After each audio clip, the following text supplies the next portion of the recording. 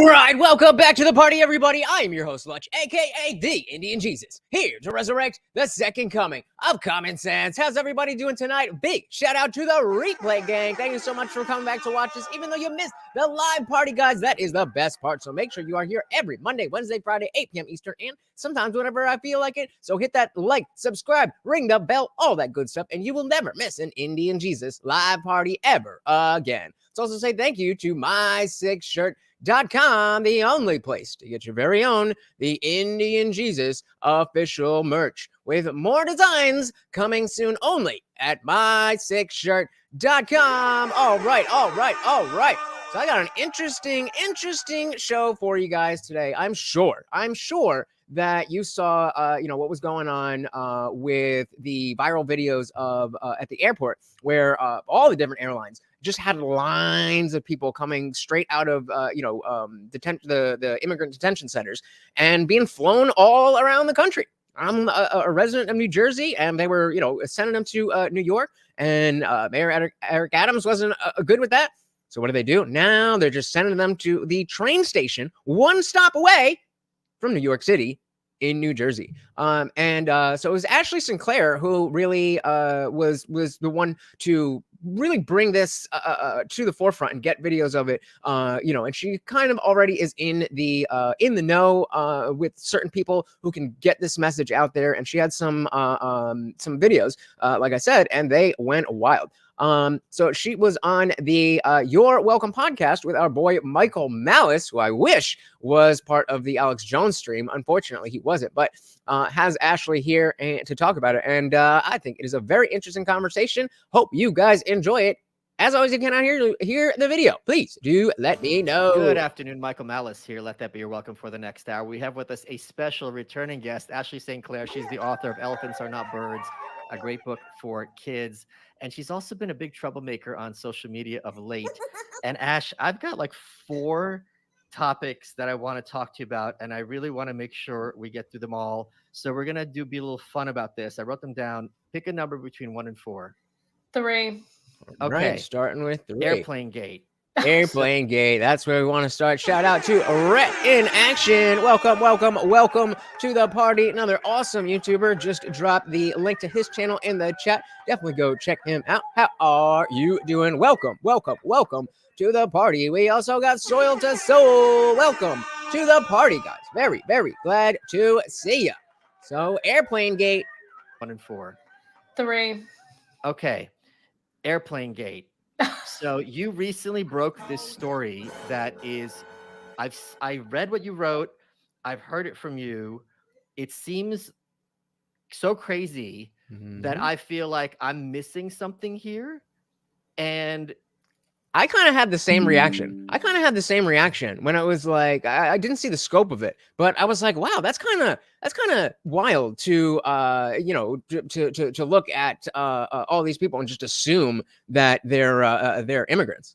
But I looked into it a little bit more. I don't think I am. Can you explain to people beat by beat? You were coming back from, I think, CPAC in Arizona, or one of those conventions. Can you explain to people what you saw? Because you had the receipts as well. Can you break this down? Yes. So I was at Turning Point's AmFest, America Fest, in Arizona. Shout out to AmFest. We covered a lot of that. Not only did we cover just Charlie Kirk talking, but we also covered the Timcast live version at AmFest. If you've not checked those out, definitely go check those out. And I was catching a late night flight, red-eye flight, 11 p.m., leaving Phoenix Sky Harbor and coming back to New York City, landing at 6 a.m. And I've been down to the border several times, been down to the processing center. I've interviewed these migrants coming across. We're seeing astronomical record numbers crossing our border. And immediately at my gate, I recognized a line of people. I was like, where am I? All holding bags from the processing centers. I recognized those bags right away. And so I immediately go into the Delta Lounge to talk to the rep. And I said, are these all migrants coming from the processing center? And have they been properly screened medically? Come on, Ashley. You know better than that. That was my first concern. I'm going back to my baby boy who's 2 years old. I'm like, have they had proper medical screenings? Didn't even care at that point that they're, flying these migrants around our country on taxpayer dollars. Hashtag COVID policies, right? I'm like, there's a 20% rise in tuberculosis in New York City.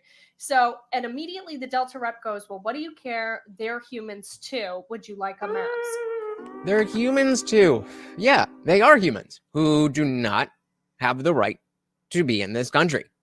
Guys, can we get those likes up? Thank you so much. So the souls, as I mean, we all suspected, but to have so much confirmation in such a huge way is insane. And if this doesn't make you think taxation is theft, I don't know what would. Absolutely, absolutely. This is people just coming in. They're taking money from us to use it on just the basics to live, but also to travel. When's the last time you traveled? I haven't traveled. Hey, shout out to M169 in the building. Welcome, welcome, welcome to the party. But yeah, I haven't been on a plane well, I mean, I went to Vegas a few years ago, but that was a few years ago. And before that, I can't even remember. And I'm an American citizen and I had to pay for it. Why do they just get it for free? And so I'm like, okay, I see what's going on here. That rep ended up following me until Wait, hold on. You know what it's like? It's like, you know where it's really easy to get diseases from? It's not other species. It's our own. That's the if you didn't think of them as humans, then you'd be fine. Yeah, if you don't think of them humans as fine, because only humans can get COVID.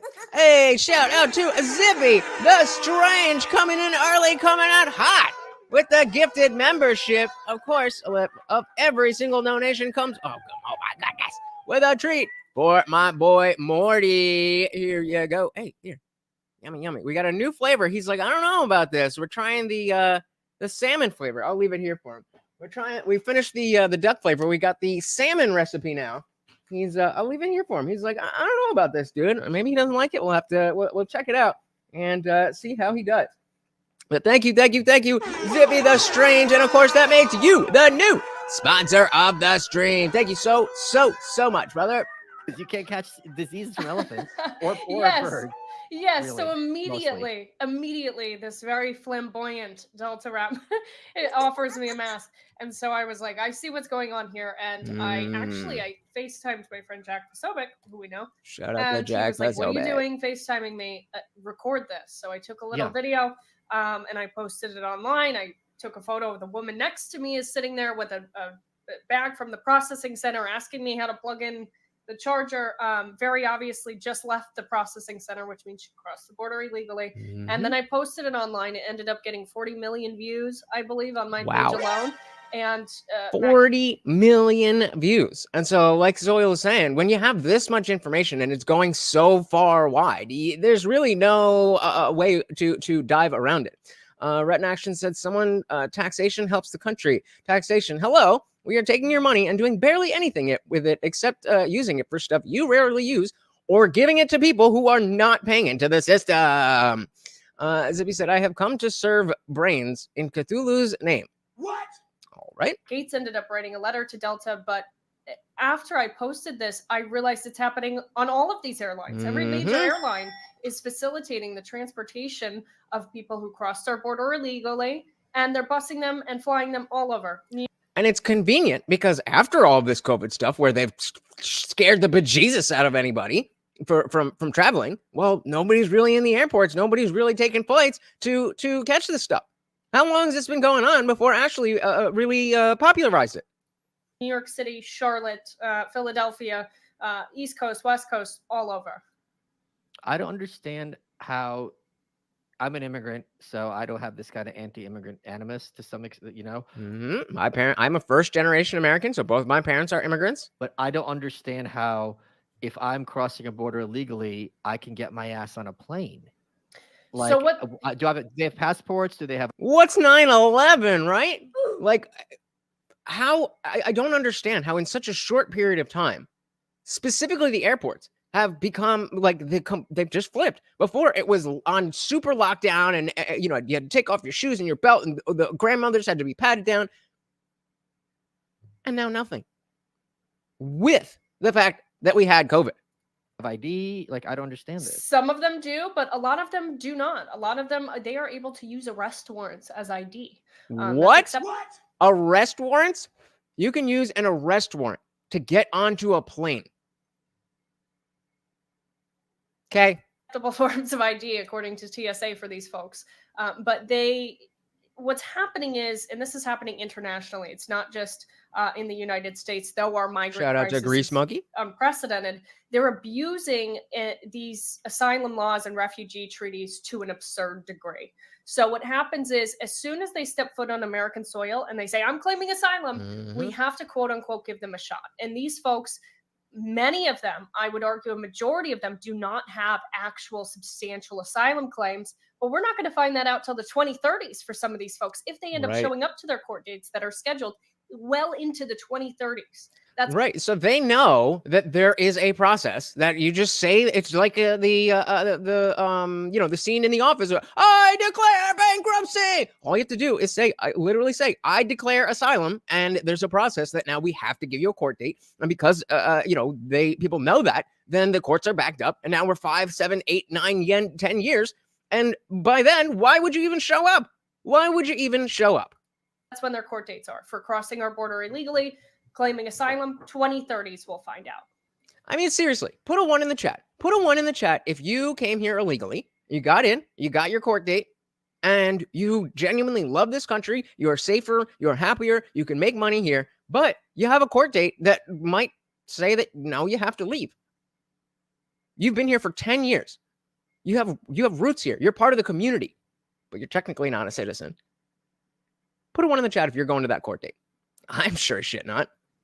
So the current, okay, my head's still spinning. When my family came to this country, we had to have like a sponsor family who vouched for us. You blew it.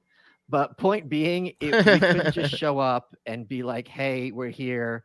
And we're queer, get used to it. Plane, right?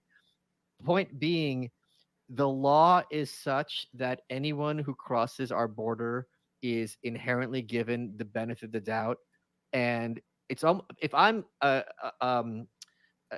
acting in good faith, right? If I just want to come to the States, and only people who come to the who cross the border illegally act in good faith, right?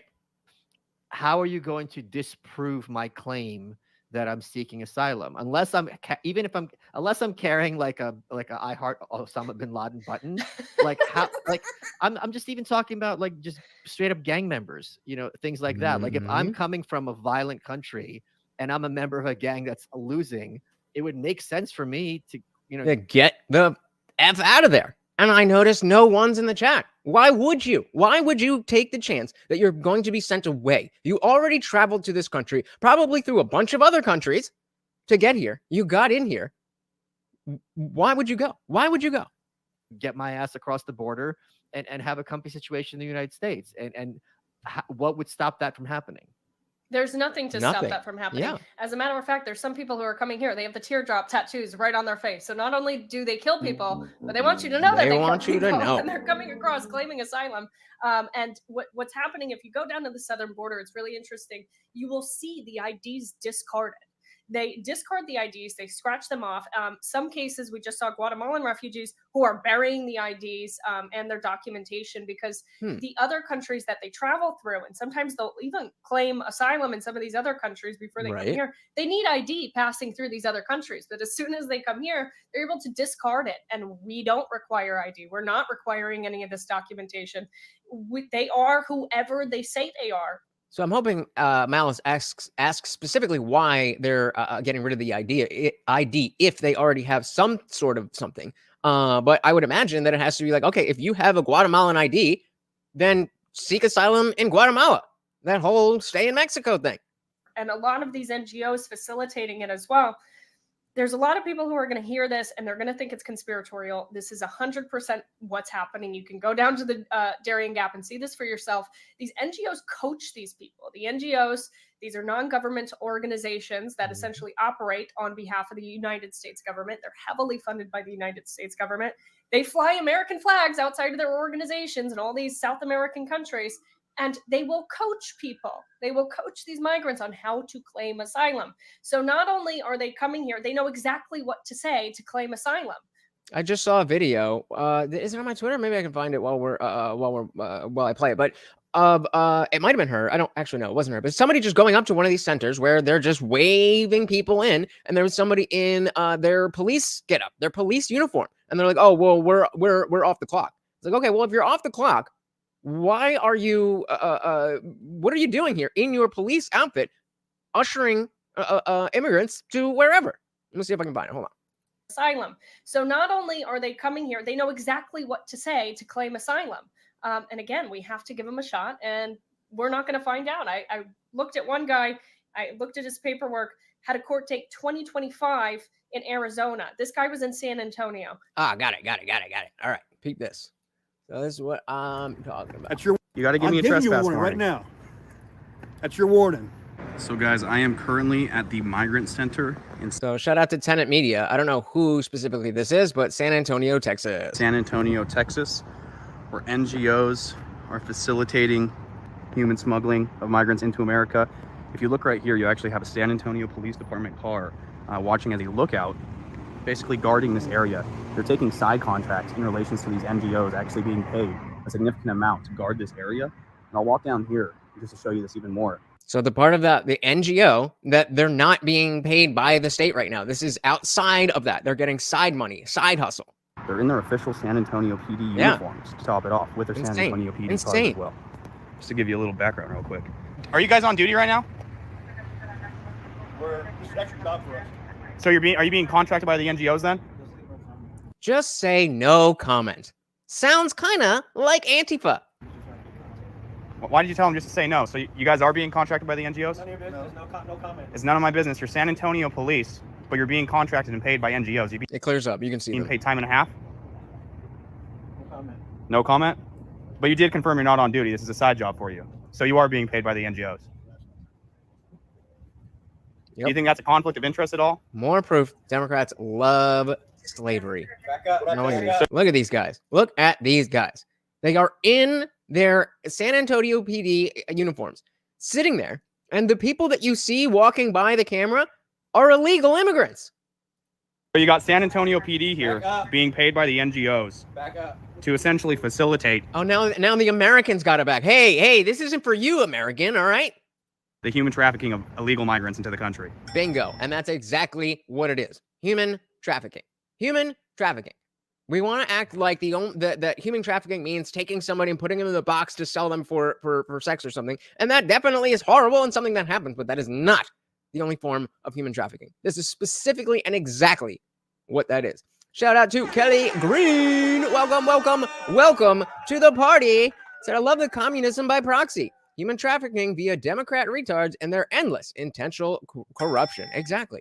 You guys know it. Zimmy says, Reapers will put up with it because of the globalists, sadly. So my best friend is Mexican, lives in Houston, and still has family in Mexico. They send her videos of people being interviewed, speaking Spanish, and they say, Biden's people tell us what to say. Biden's people tell us what to say. Just exactly what Ashley was just saying. The NGOs coach these people. There is a process for this, and if you don't do it right, then you're not going to get through. You're going to be walking down just like this guy, and then be like, "Oh wait, are you here for asylum, or are you an economic migrant?" And I'm like, "Well, I'm just looking for a better life." Nope, you got to go. Whoa, wait. Just kidding. I'm actually seeking asylum. Oh yeah. Go right ahead. That's exactly what is happening. Red said, bro, I'm multitasking for a bit and I see proof that democracy. Yeah.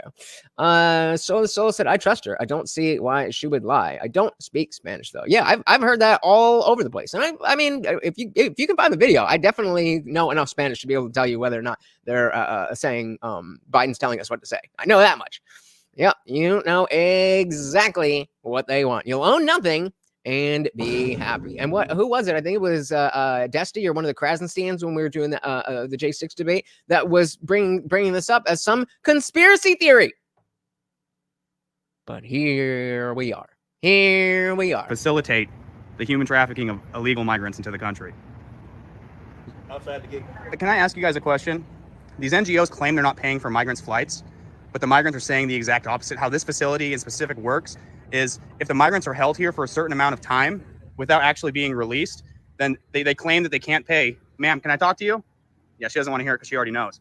So why are you not investigating this for human smuggling? Because they're paying for these migrants' flights. into cities into America? Good question. Because you're the police. So Yup. this is something that you should be investigating. They're lying about paying for migrants' flights, when in reality, they absolutely are paying for migrants' flights, and sometimes even double booking and then charging the federal government back. And you wonder why just a few years ago, Back the Blue was such a Republican thing. And now it's not anymore. I mean, it's certainly stronger on the right than it is on the left. But this is why. This is why. All the quote unquote good cops, I don't really believe in good cops. I believe in people who are good people who are cops. I don't necessarily believe. That's a whole other thing. But even the quote unquote good cops, those are the ones that got kicked out for not getting jabbed, for not enforcing unconstitutional shit. It's insane. And this is what we have left. This is what we have left. Rhett said Cuba's spirit is slowly entering America. Big sad. Yeah, well, I mean, a lot of times it's the Cubans specifically who have escaped Cuba and seen exactly what communism does, and they're the ones that are most against communism. But it's everywhere else that it's just like, yeah, I guess this is good. This is good. People, they're humans, right? They're humans. Don't you think they're humans? You're a horrible person if you don't want to give them all of your money. Work had a court date 2025 in Arizona. This guy was in San Antonio. Do you really think he's going to that court date in Phoenix, in Arizona, in 2025 next year? Probably not. And again, this is, this is true, so absolutely. But let's not forget the Nuremberg trials, that this is precisely what the Nazis said. This is what the Nazis said. Just following and how orders. about the ones who have court dates into the 2030s? Probably not. Is there any mechanism? Jesus, $9,000? I don't have the words for that. I don't have the words for that. Well, I hit that by accident, but it definitely is a racist. If you enjoyed that candid moment, please hit the like button. It helps out so much. In place, as far as you know, I'm not an expert in this at all. I mean, it's almost a joke question, but I still want to hear your knowledge as far as you have it. Is there any mechanism in place to integrate these people into American society? Because let's suppose best case. So before I go this is a beautiful comment here that Red is saying, I wanted to be a cop, but I'm right now questioning it. Like, well, I died during one of my shifts. Will I end up being fired for doing my job? And even beyond that, do I want to enforce the laws that people are making? Do I think that enforcing laws, these laws, are a good thing? And no.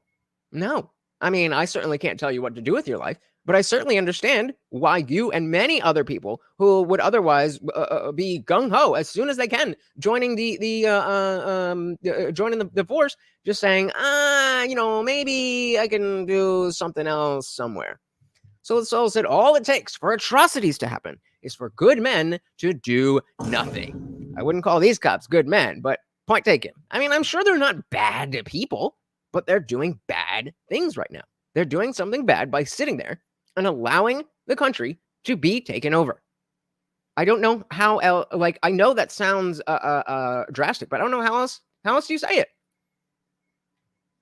To integrate these people into American Of course they're not society. trying to integrate. Because let's suppose best case scenario, right? I'm from another country. I don't speak the language. I speak it poorly. Maybe I haven't got an education, so I don't have any skills.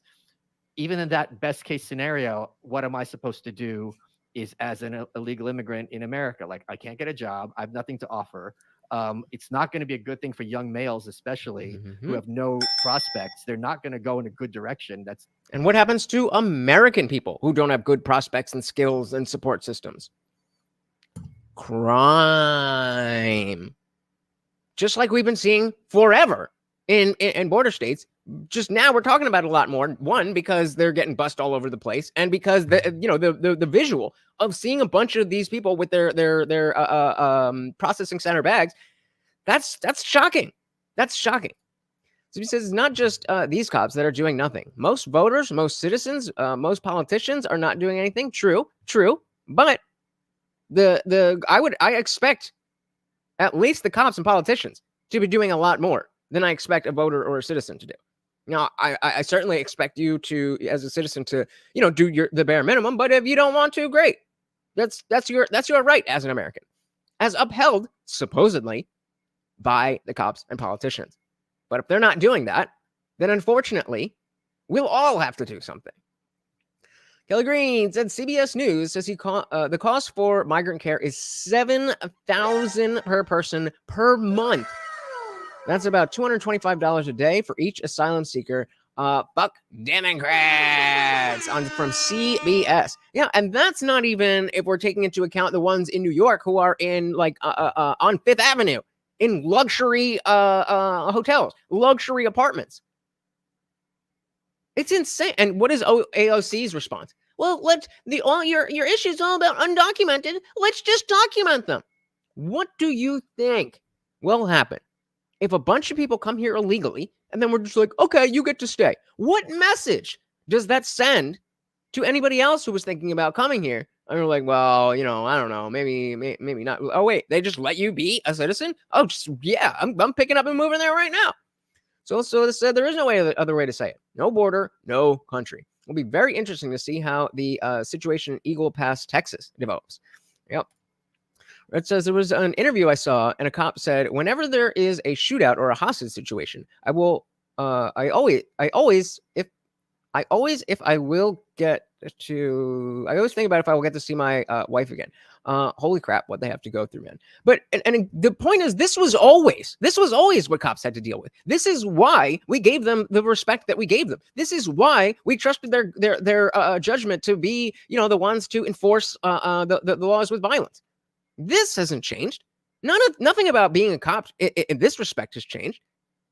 It's the fact that the what they're asking you to do is be a bad American.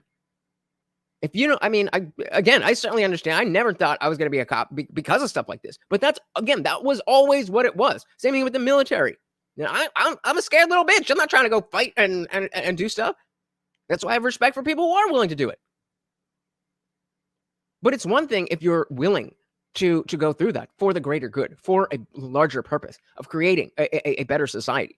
It's a whole other thing if you're obfuscating that. You're going against what you're supposed to be doing, and you're making people's lives worse. The people who you are supposed to protect and serve, you're making their lives worse.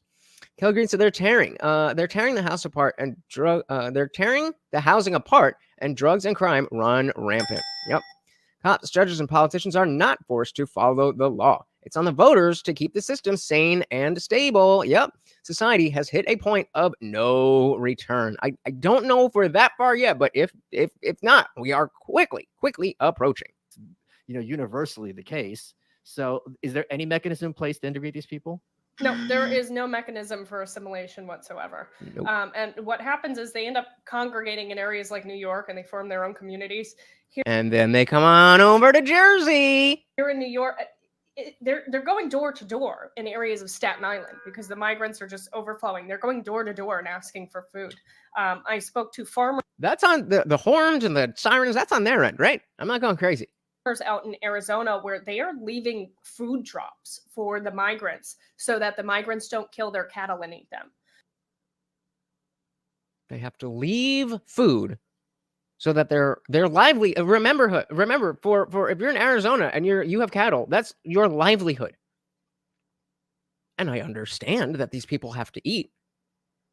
But this is why we have a system. This is why we have a process.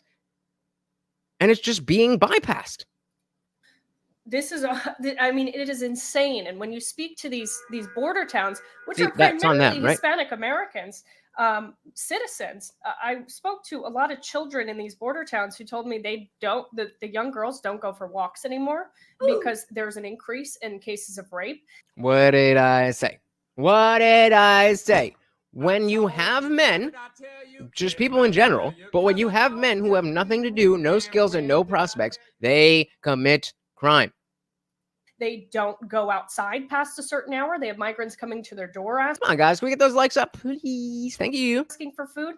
This one 15-year-old boy said he was just so happy that he was there when 4 migrants tried to break into his mother's car while she was in it. God damn. And this 15-year-old boy is saying, I was happy I was there to protect my mom. Their hospitals are overwhelmed. They're, good luck getting into any of the hospitals where, hospitals can't refuse service. So that's where they go. They overwhelm the hospitals. Yeah. Remember how everybody would always talk about people getting, what's the word? Shunned from the ER? Like, My dad's he was an ER doctor at one time. It's like that's just a lie. If somebody comes in, we don't not treat them because they're not a citizen. We're not the cops. We're not the border patrol. We're fucking doctors. Really? Nobody on the links? Come on, guys. Please. We don't have the infrastructure for this either. So we're seeing sewage crises over in Staten Island. Just these vast amounts of crumbling this is doing to our country, our communities, our infrastructure is insane. And if we take at face value the argument that these are desperate people who are, engaging in desperate actions for freedom, well, you shouldn't be surprised when desperate people behave in desperate ways, right? I mean, that would including sometimes crime. I would agree with that. Yes, desperate people do these things, but a lot of these people are not desperate. There's people who on camera are telling me they're just coming here for economic reasons, social status. One said verbatim social status in his language. Social status. And I mean, I definitely, again, I get it. I'm not saying these people are insane. You just can't do that. And it's primarily military-age men coming across our border. There are a lot of narratives, and they will hyperfixate, put that camera in, zoom the camera in when there's women and children coming across. But I watched it in the span of 30 minutes at the border. I'm watching 400 migrants cross, primarily military-age men. And yeah, so I was talking about people, small houses and sheds on the border having to leave them unlocked, or they will be broken into and ransacked. And that was already the case in the border towns. That is now they're now spreading that throughout the country. Instead of being like, all right, okay, we were wrong with the whole sanctuary state thing. They need so desperately to cling on to the narrative that they are willing to destroy the country.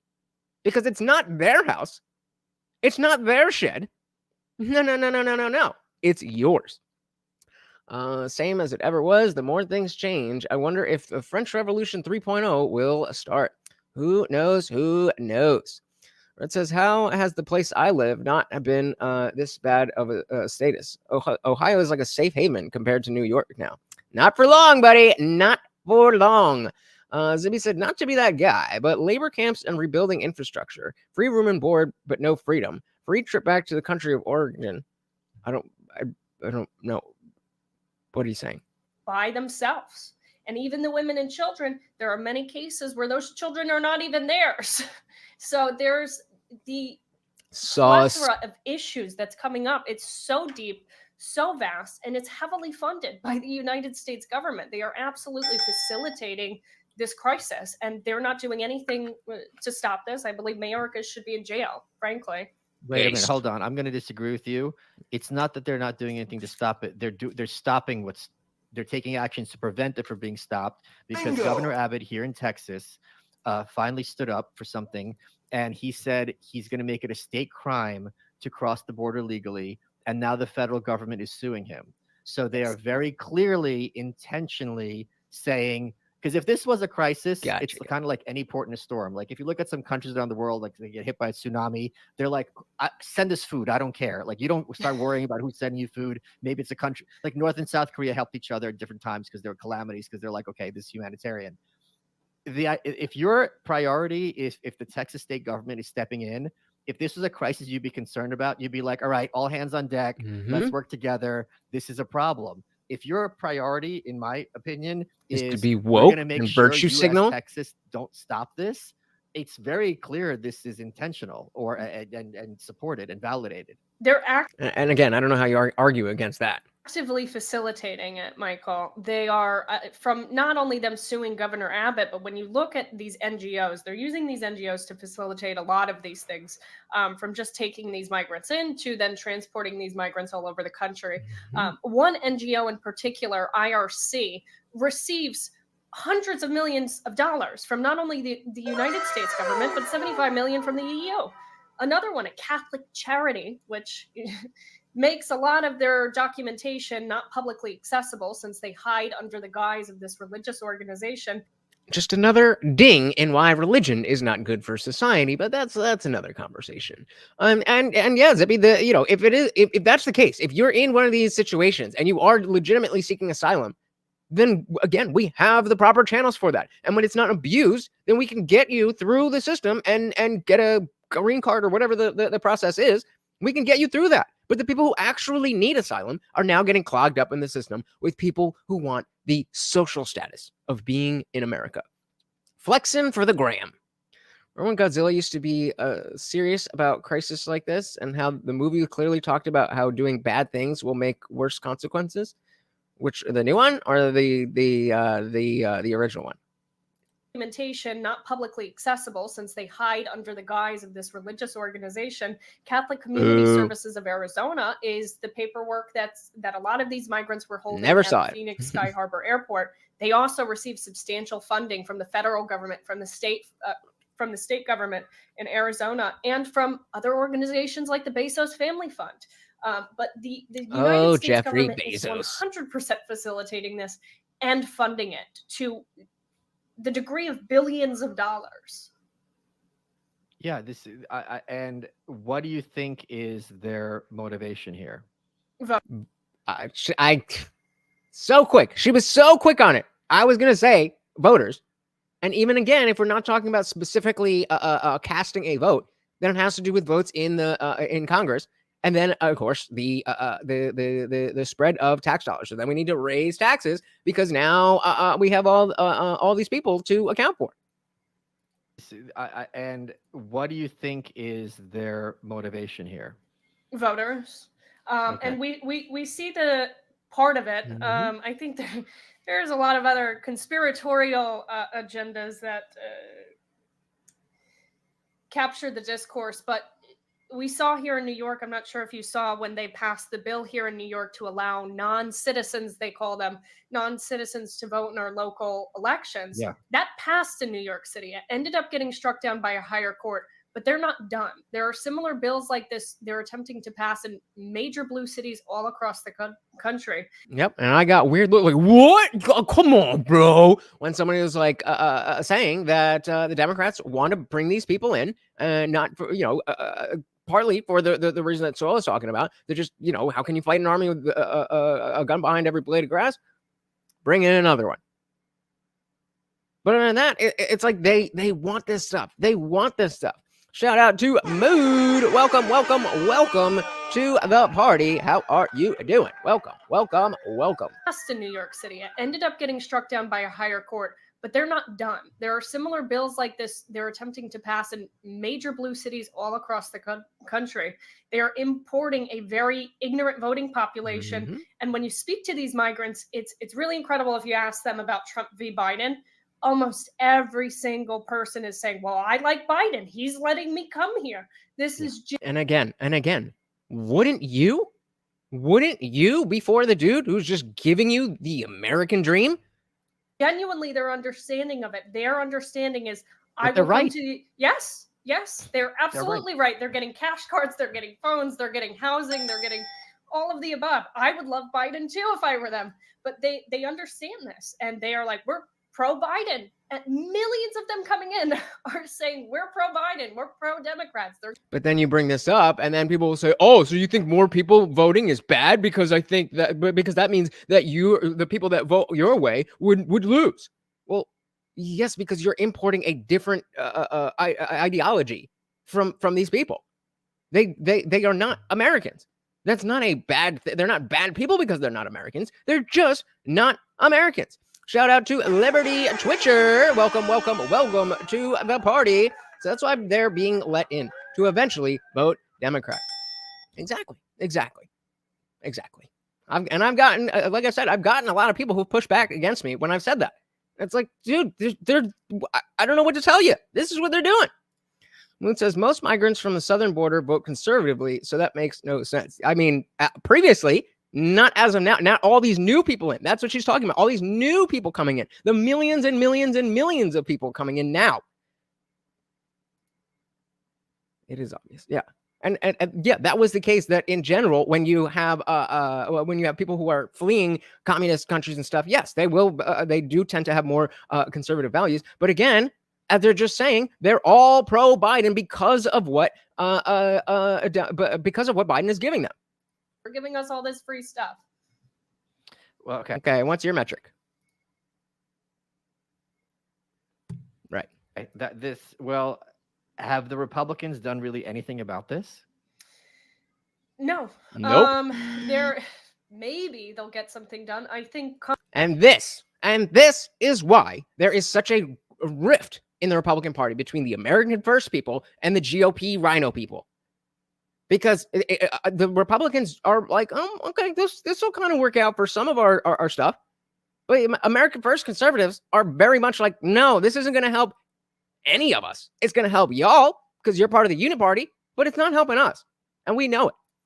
Richard said, really? Where are the stats that show most migrants form southern border vote conservative? I've never seen those stats. I've seen opposite stats consistently since such stats were being counted. I've heard that well, actually, I guess now I'm talking. When I think about it, that's more legal immigrants who tend to vote conservatively.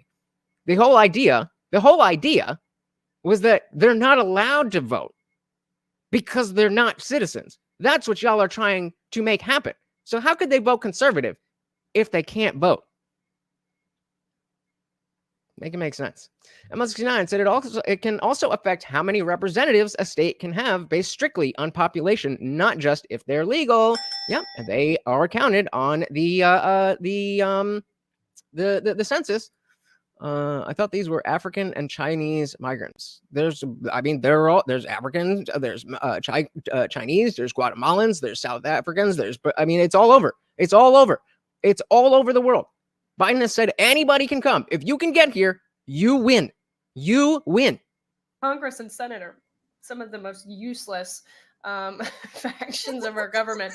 They all just did, many House members, some of which I like, just did a border trip. And it's like, it took you this long to go down to the border. This has been a crisis for years, and it took you this long to go down. When I'm getting these airline insiders who are telling me about this, I'm seeing reports for the entirety of the Biden administration back in 2021. It's 2024 now. You're just now going down there. Give me. Okay, so fine, Mood. We have somebody who's I was willing to just have the conversation because I don't think that most of the people coming over to the border since Biden would vote conservatively if they could, because of the fact that Biden let them in.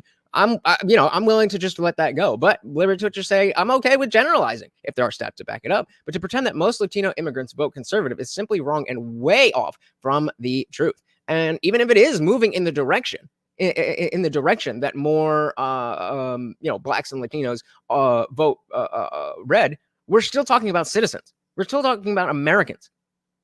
That's the whole thing. The difference between an American vote and the influence on our government from somebody who is not an American. That is what we're talking about. Hey, shout out to Dietrich. Welcome to the border. Welcome to the border. Wow. Welcome to the party. He said, open my border. Shame on you. Allow illegals to vote in our elections. Shame on you again. Do them both at the same time and pretend there's no correlation to fit your agenda. Fuck you. How dare you?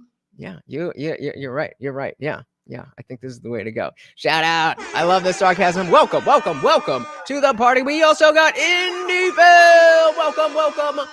Welcome to the party. So I don't think the vice president has been to the border yet, and she's in charge. I think that's what she's. Is that what she's saying? That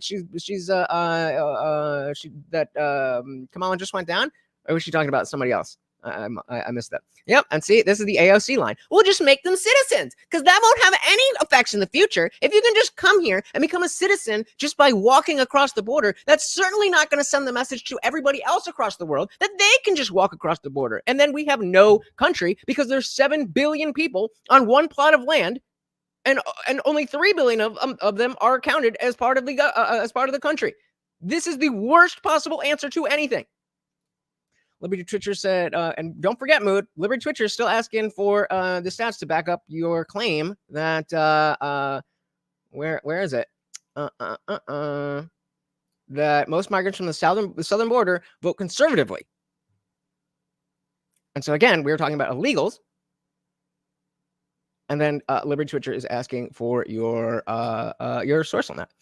Liberty Twitcher says, people also frequently see that Latinos are socially conservative, but there are zero stats to back that up. Fact, Latinos have twice the abortions as non-Latino whites. Wow, I did not know that.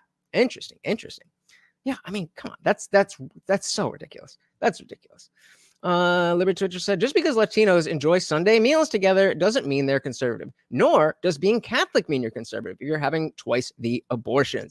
Yeah, don't forget, we just had Morning Joe, who was talking about how the Pope needs to be more open to abortions and stuff. That he's not woke enough.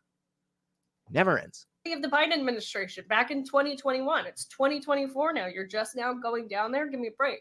I don't think they're doing anything substantial, but I think the consequences need to be severe on people like Mayorkas, on people like Biden. I mean, Biden is actively facilitating this. He's having conversations with Mexico, and Mexico is coming back saying, we'll help you out if you give us $20 billion. Biden's like, yeah, man, sure, whatever you want, bro. Liberty Twitcher said, we are becoming the next Brazil and Argentina, perpetually fucked by voters who want government to take care of them regardless of the destruction to the economy that they try to do. Yep. It said it's costing too much to use illegal labor forces, yet we still have the need for labor. Okay. Fair enough. Help you out if you give us $20 billion, 20 billion or 20 million, some fat figure, and also remove the sanctions on Venezuela. Shout out to Red on Twitch, on YouTube. Tiny little ask. That is what just happened, I believe, today or yesterday. They're like, yeah, maybe if you remove the sanctions from Venezuela, we'll do something. That is absurd. Yep. That should be something that you're like, okay, we're going to put the hammer down on Mexico now. If this is what you're doing, you're actively facilitating this. But that's racist. You can't do that. Actively helping out Venezuela to screw over our entire country, because that's where a lot of these migrants are coming from, is Venezuela. A very small percentage are actually coming from Mexico. It's kind of interesting to me because they're all coming from Mexico, just not originally coming from Mexico. So Soil the Soul is saying, we are seeing the takeover of our country. Less immediately violent, but nonetheless similar to what we have done to other countries for decades now. We already know there is a uniparty. They line their pockets with our money and degrade our cultural unity. Make no mistake, this has been planned for years. Now it's all happening on our soil, and they use divisive narratives to put out by the mainstream media to keep us from unifying. It's the same mainstream media that we know is owned by very huge globalist corporations who push the WEF plans forward. Yeah. Well, I mean, shout out to that. Dilly dilly to that. Dilly dilly. And again, people want to, oh, this is a conspiracy.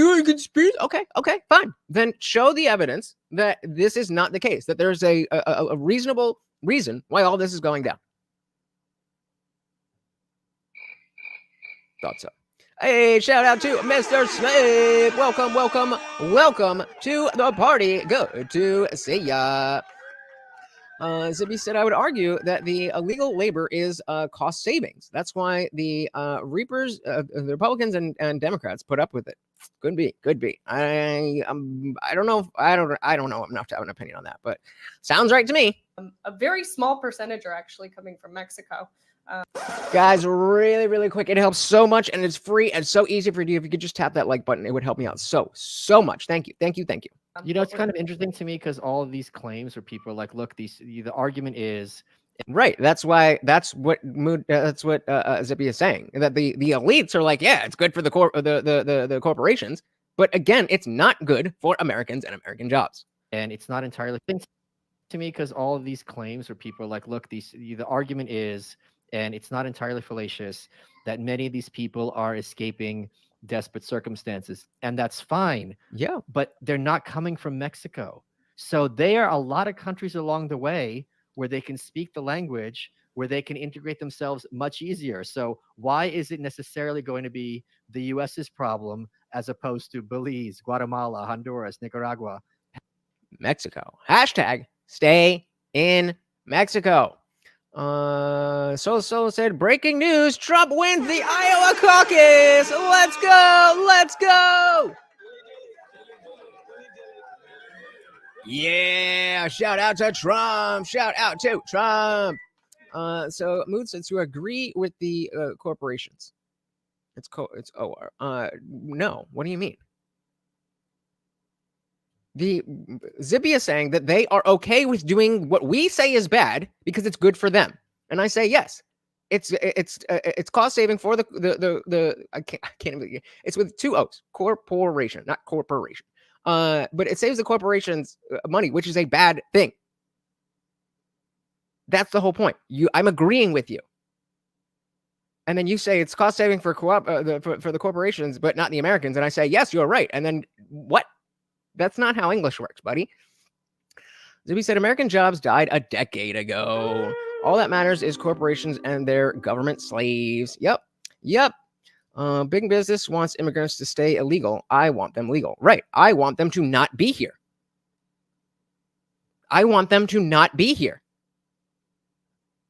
That's what the point that you seem to be missing. I don't want them to stay and be illegal. I want them to not be here. Now, I understand at this point, just getting rid of all of them is not, a feasible option. But that doesn't mean that we need to continue letting more people pour in. The only reason that it's not feasible is because we kept letting people in. If we had actually protected the border in the first place, then the people who got in, we probably could give some type of amnesty. We probably wouldn't need to worry about dreamers. But just like every other issue on the left, you push it further and further and further and further and further and further and further until it becomes there's no place of compromise to the people who don't agree. It's I want it all, and you get nothing. And if there's anything that makes you happy about it, I don't get 100%, then you're racist. It's like, come on, man. It's so tired. It's so tired. The U.S.'s problem, as opposed to Belize, Guatemala, Honduras, Nicaragua, Panama, I named them all. I know the whole list. So it's just like it's what happens when you have a Russian dad who beats the shit into geography into your head. But my point stands is that Get them out. I mean, again, the answer was get them out. Now, I don't know. I would love to sit down and actually have a conversation about what we do about all these people, but we can't do that because every time we try, people, I was going to say people like you, and I stopped myself, not people like you. That's not fair. I apologize. But people on the left are making it racist just to even talk about it. So how can we figure that out if it's racist to even have the discussion? Mr. Slib said, I found out today that there's a 10K bonus for becoming a Border Patrol agent at the moment. Makes sense. They're desperate. They're desperate because there's so many immigrants and so few agents. Red said, if getting rid of all of them was actually used, then it would just cause a massacre. Riots, pain, riots, government trying to calm things down. But lots of riots. And yeah, it's gotten too far. It certainly has gotten to the place where I don't think that rounding up probably close to 15 million people is an answer. That doesn't mean that they belong here. That's just speaking practically. It's if you and I are like freaking the hell out, we got to leave. You don't I'm just going to go wherever I want. You just go with what's available. Where you can. Well, they're not going to get cash cards and iPhones and free housing in Panama. Nope. In New York City, we're spending $1 billion to house them in luxury hotels for a year. I remember Marianne Williamson was on Tim Pool last week, and he had asked her about this, and she starts going off about Cuba, right, and how the sanctions for Cuba hurt the Cuban people. And you can make that argument. I think it's a reasonable argument to make. And it's just like, you can't walk here from Cuba. These Cubans have nothing to do with these migrants. What are you talking? It was such a non sequitur. She was not wrong, but it was a complete misdirection. I'm like, lady, what are you talking about? Okay, we have. But I don't blame her though, and I will say one more thing on that is that there is a total misconception that it's not only just Mexico but just South America. These folks are coming from all over the world. We're seeing an insane increase from people coming from the Middle East. We're seeing a 900% increase in Chinese nationals coming through, and they have a little bit more money than some of the other migrants coming. So they end up, paying to get these tours basically from South America right to our southern border. They're paying to be put on these trains and put right to our southern border, and they're paying to be picked up after they cross the border. Yep. So our southern border, and if anybody takes anything from this, our southern border is an open border to the world. That is what's happening right now. You just triggered me by making me remember something that happened in 2020, which is one of the things I really hate is midwits, which is people who are marginally intelligent but think they're brilliant. Yup. Yeah, you called me out, right? You got me. It's so racist. Oh my goodness. Soul of the Soul said, I have no more qualms about straight up saying, get them all the hell out of our country. If you don't have a genuine asylum claim, deport. I don't give a fuck. Never identified as a patriot, but now I see. There you go. And again, I don't disagree with you, but it's just not feasible. That's not a thing that we can do. In the same way that we can't just give everybody free stuff as Americans, we can't, especially if we're not giving free stuff to Americans, we can't give free stuff to non-Americans. That can't work. And if we don't have the money and the resources to handle the things that we have here, getting all these people, it's just not a reasonable goal anymore. It's just not. And it's sad that it's gotten this far, but that's the truth of it. Shout out to Guam Tech. Welcome, welcome, welcome to the party, brother. Always good to see ya. Welcome, welcome, welcome. Which is what you just triggered me by making me remember something that happened in 2020, which is one of the things I really hate is midwits, which is people who are marginally intelligent but think they're brilliant. When President Trump was talking about coyotes helping these immigrants cross the border, and people thought they were actual dogs. They thought he was talking about the actual animal coyotes. Oh, I remember. That was a big red pill moment for me as well. Because that was still when I was like on the way. Like I wasn't a never Trumper anymore at that point, but I wasn't ready to be like, okay, I would vote for Trump in the next election. So whenever that was, it was so obvious. It was so obvious that people were purposely obfuscating his words and trying to make him look stupid by saying coyote, thinking that he was using the animal coyote and not the nomenclature of somebody who human traffics immigrants. Like, I was like, oh, so you guys really are doing this. So when you are talking about injecting bleach, then you really know that he wasn't saying that. When it comes to I mean, go down the list, go down the fucking list. It's like, oh, you're doing this on purpose. I get it. Zuby said the corporate sponsor setup I talked about that teaches, trains, and tracks migrants is a way to make things a bit better. That's all I have other than removing politicians. Yeah, there's just not much there. Moon says, bring back the Bracio program and abolish ICE. We would save jobs, money, and have a safer border. I'm not familiar with the, what is that? The Bracero program. Oh, no. Come on, give me a wiki. Wiki! All right. What is the Bracero program?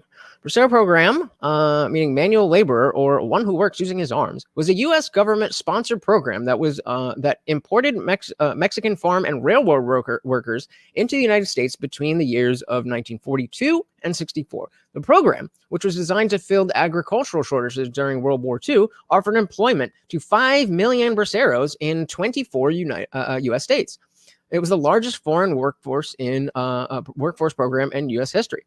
The program was the result of a series of diplomatic agreements initiated August 4th, 1942.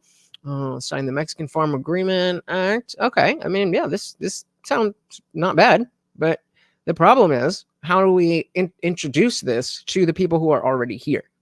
Because they're already trying not to be found for very good reasons. So American growers long for a system that would admit Mexican workers and guarantee them an opportunity to grow and harvest their crops and place them on the American market. Thus, during negotiations in 1948, a new Bracero program, Mexico sought to have the United States impose sanctions on American employers of undocumented workers.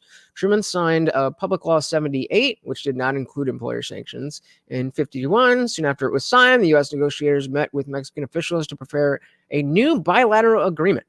This agreement made it so that the U.S. government were guarantors of the contract, not U.S. employers.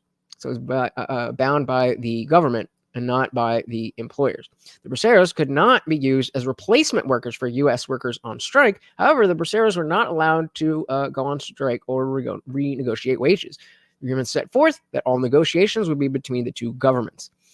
A year later, the Immigration and Nationality Act of 52 was passed, where Truman vetoed immigration legislation in 52. The bill conceded a federal felony for knowingly concealing, harboring, or shielding a foreign national or illegal immigrant. Come to this meeting. United States ultimately got to decide how workers would enter the country by way of reception centers set up in various Mexican states. Lastly, reception centers workers were inspected by health departments, sprayed with DDT. Oh, that's great. So, I mean, if this is something that was, if this was something that worked and could be tracked and worked well, then it sounded like it worked for when it worked. I mean, obviously you saw me scroll through the whole thing, so but I'm not reading it, right now. But I mean, I'd be very open to see okay, how do we have the people here? The people are here. We're not getting rid of them. So this is the first thing that I on this stuff. I'm with it. I'm with it. M169 says just because we can't get them doesn't mean we can't do what we can. Facts. If we give everyone citizenship, it would not work. Remember the war on terrorists? If we allow everyone to be a U.S. citizen, then we'll just start another one of those. Well, they're already trying to do that with, if you vote for Trump, then you're a terrorist. But yeah, exactly. I mean, exactly. If you bring everybody in, then how do you differentiate? Context at this point, I wouldn't put it past mainstream media to say he was referencing Wiley and honestly. Let's see what we got. So temporary seasonal work. Yeah, seasonal and that's fine. But the problem is, so okay, so if it was seasonal, then I have to assume that people were not going back at the end of the season. It's pointless without tracking, training, and teaching. Exactly. And so, to take Mood's point, if we were going to do that avenue, going to go down that avenue, I would be in favor of tracking, training, and teaching these people and bringing them into the fold of what America is. I'm not against these people. I'm against the way of getting here. They're not bad people. I don't think that they're bad people. I mean, some of them are, but I'm not saying which ones are. And they're certainly not bad people because they want to come to America, just like my parents did. But they did it in the way that the laws are set up. And if you have an issue with the laws, then great. We all have issues with laws. That's why we're in politics. But the laws are the laws. And if you want to change the laws, then you can't be mad that the law is the law before you change it. You have to change the law. One of the things I really hate is midwits, which is people who are marginally intelligent but think they're brilliant. When President Trump was talking about coyotes helping these immigrants cross the border, and every corporate journalist was like, ha ha ha, he talked about coyotes, like what's next, like the kangaroos, and it's the term for these smugglers. But like, if you're you're the stupid one. It's like when they're going after Joe Rogan saying like, did you hear that? He said he eats horse paste. It's just like, this is why I also say the enemy class is. Yeah, that was a same, not quite the same time, but it was that stretch of seeing, oh, they're really like purposely twisting all this stuff with the horse paste with Joe Rogan. I was like, oh, I see what's going on here. This is not composed of impressive people. Okay, we got 1, 2, and. So what's an interesting idea here? So Zibby said, this is why corporate sponsorship would work better. They move, train, teach, track, and track them, and are able to help them move from job to job and limit abuse. If they screwed up, they're kicked out. The corporate sponsor gets government money and handles all the cost. Yeah, that's how it used to be. That's exactly how Malice started this out. He said, when my family came here, we had to get a sponsor. That's all cool. That's all great. We want cultural diversity. We want that. But we just want it the right way. That's all. 4 to choose from next. 1. Okay. So I didn't see this directly. All right, but so we're switching gears a little bit. Was like, you got to ask her when she's on the show, what the hell happened? There I'm going to leave that one alone. was some beef between you and Mark Cuban and Elon Musk. and the point that they made is it's Twitter. I'm going to call it Twitter. I said shit. Me too. The worst I'll ever say is Twix, because what the fuck is an X? Dead naming, so great. Bigot. Dead naming. You bigot. Cancel him. Take him off YouTube. Is the fact that people like Mark Cuban now have to answer to people like you, which is no disrespect to you, but you know what I'm saying. And that you can hold them to task, and people like me. So can you break down what the whole story was with that? So I have to preface this by saying I do have a lot of respect for Mark Cuban for engaging in discourse, because you really, Sure. people of that level are hardly accessible. So I do have a lot of respect for people who reach a certain level and maintain accessibility, especially as it pertains to discourse. But Mark So real quick, Mr. Slippy saying, I mean, America does have a drug and crime problem. Fine. But then I need to see the numbers prior to 2019. I need to see the numbers prior to 2019 that per capita that Americans do more crimes than illegal immigrants. There's a lot of Channel 5 videos about Philly. Both of my siblings live in Philly, so there's a lot of stuff that I see from Philly. Mark Cuban was going off about DEI, and Boo. his position is that, all of the letters in DEI are good, right? Everybody likes diversity. Everybody likes equity. Everybody likes Can I stop inclusion. you? Can I stop you? I gotta stop you, Ash. It's this. It's so. When someone says something like this, it's because he's not a dumb person. Like, there's a lot you could say about Mark Cuban. He's clearly a bright man. When someone is that bright and that accomplished and they're being this disingenuous, I always wonder, like, are you just lying? Are you lying badly because you think I'm not gonna? It's like when people. No, I have not seen that. Interesting. From the channel called Channel 5. I'll have to check that out. Thank you. People say, how could you be against Antifa? Are you a fascist? It's just like, because Antifa means anti-fascist. Like, what are we doing here? Like, who you like? You're lying. I know you're lying. What do you think? Do you think he's just being naive? No, I do think there's a little bit of naivety. Is this what you're talking about? Philly streets, right there. That one.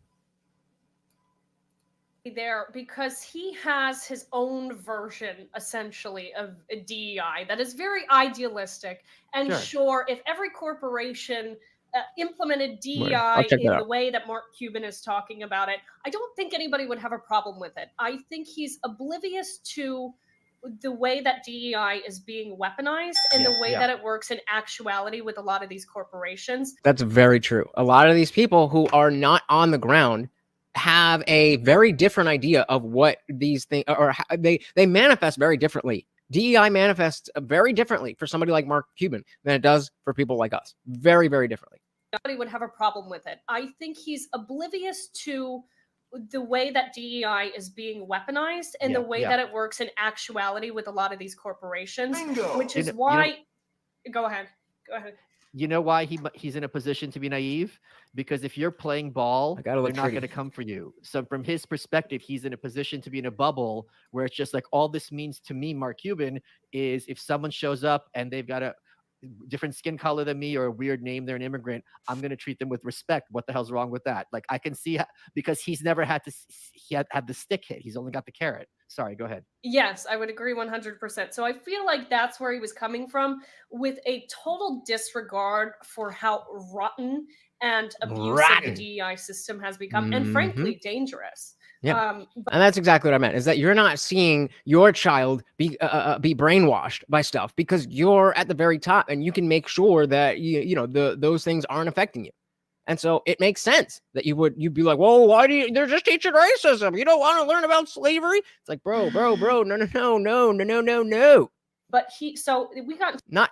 we don't want to learn about slavery. No, that's not what it is, to be clear. To a back and forth about this. And he's like, well, wouldn't you agree? I'm like, yes, Mark, anybody would agree with those principles. However, that's not reality. Yeah. And so, I did respond to him with the video that James O'Keefe had posted of Krishna, the CEO of IBM, talking about firing people and taking away their bonuses if they did not hire a certain percentage of, this group or that group. To which his response was, you're really going to use it? Yeah, I realized that. I was like, whoa, wait. We definitely need to learn about slavery. There definitely was slavery. Racism is bad. All that stuff. Glad I cleared that up. This group or that group. To which his response was, you're really going to use a James O'Keefe edited video? And I said, that's the brainwashing. Hold on. Disagree with what Krishna is saying here. You just disagree the messenger. So that's the issue. Oh, I can dismiss your entire argument because of the source that you used has been deemed a bad source. Therefore, I don't even have to look at the information and I win. I'm good, you're bad. Semantic obfuscation tied with dogmatic thinking. Oh, somebody told me in the news that James O'Keefe was bad. He's an activist. He was a far right-wing conspiracy theorist. And so I'm not even going to engage with you because you're talking about this. I'm going to tell you why James O'Keefe is not a good source and why I'm still correct, despite what you have here. I'm just going to wholesale get rid of all of it. All right. If that's the way that you want to think about the world, go for it. James O'Keefe edited video. And I said, so I take it you do disagree with what Krishna is saying here. You just disagree with the messenger. And it ended up, surprisingly enough, if you go back on the thread a day later, he ends up coming back to it and saying, I was wrong about this James O'Keefe video. All right. Shout out to Mark Cuban. Whenever anybody shows any sign of being willing to not be dogmatic about these ideas, I will always at least try to call that out and appreciate that, because that's what we need. We're not all going to agree on things. We just need to be able to see things from other people's perspectives. It wasn't edited. He was up front that it was from 2021. And, when I'm wrong, I'm wrong.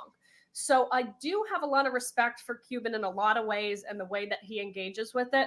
But he's been duped into this flowery Imagine version, when all the celebrities saying Imagine, he seems to be duped into this flowery Imagine idealistic version of DEI. Well, if everyone was normal and nice, well, Mark, everybody, especially the people running this country and most of these organizations, are not normal and nice. So that's not how it works out.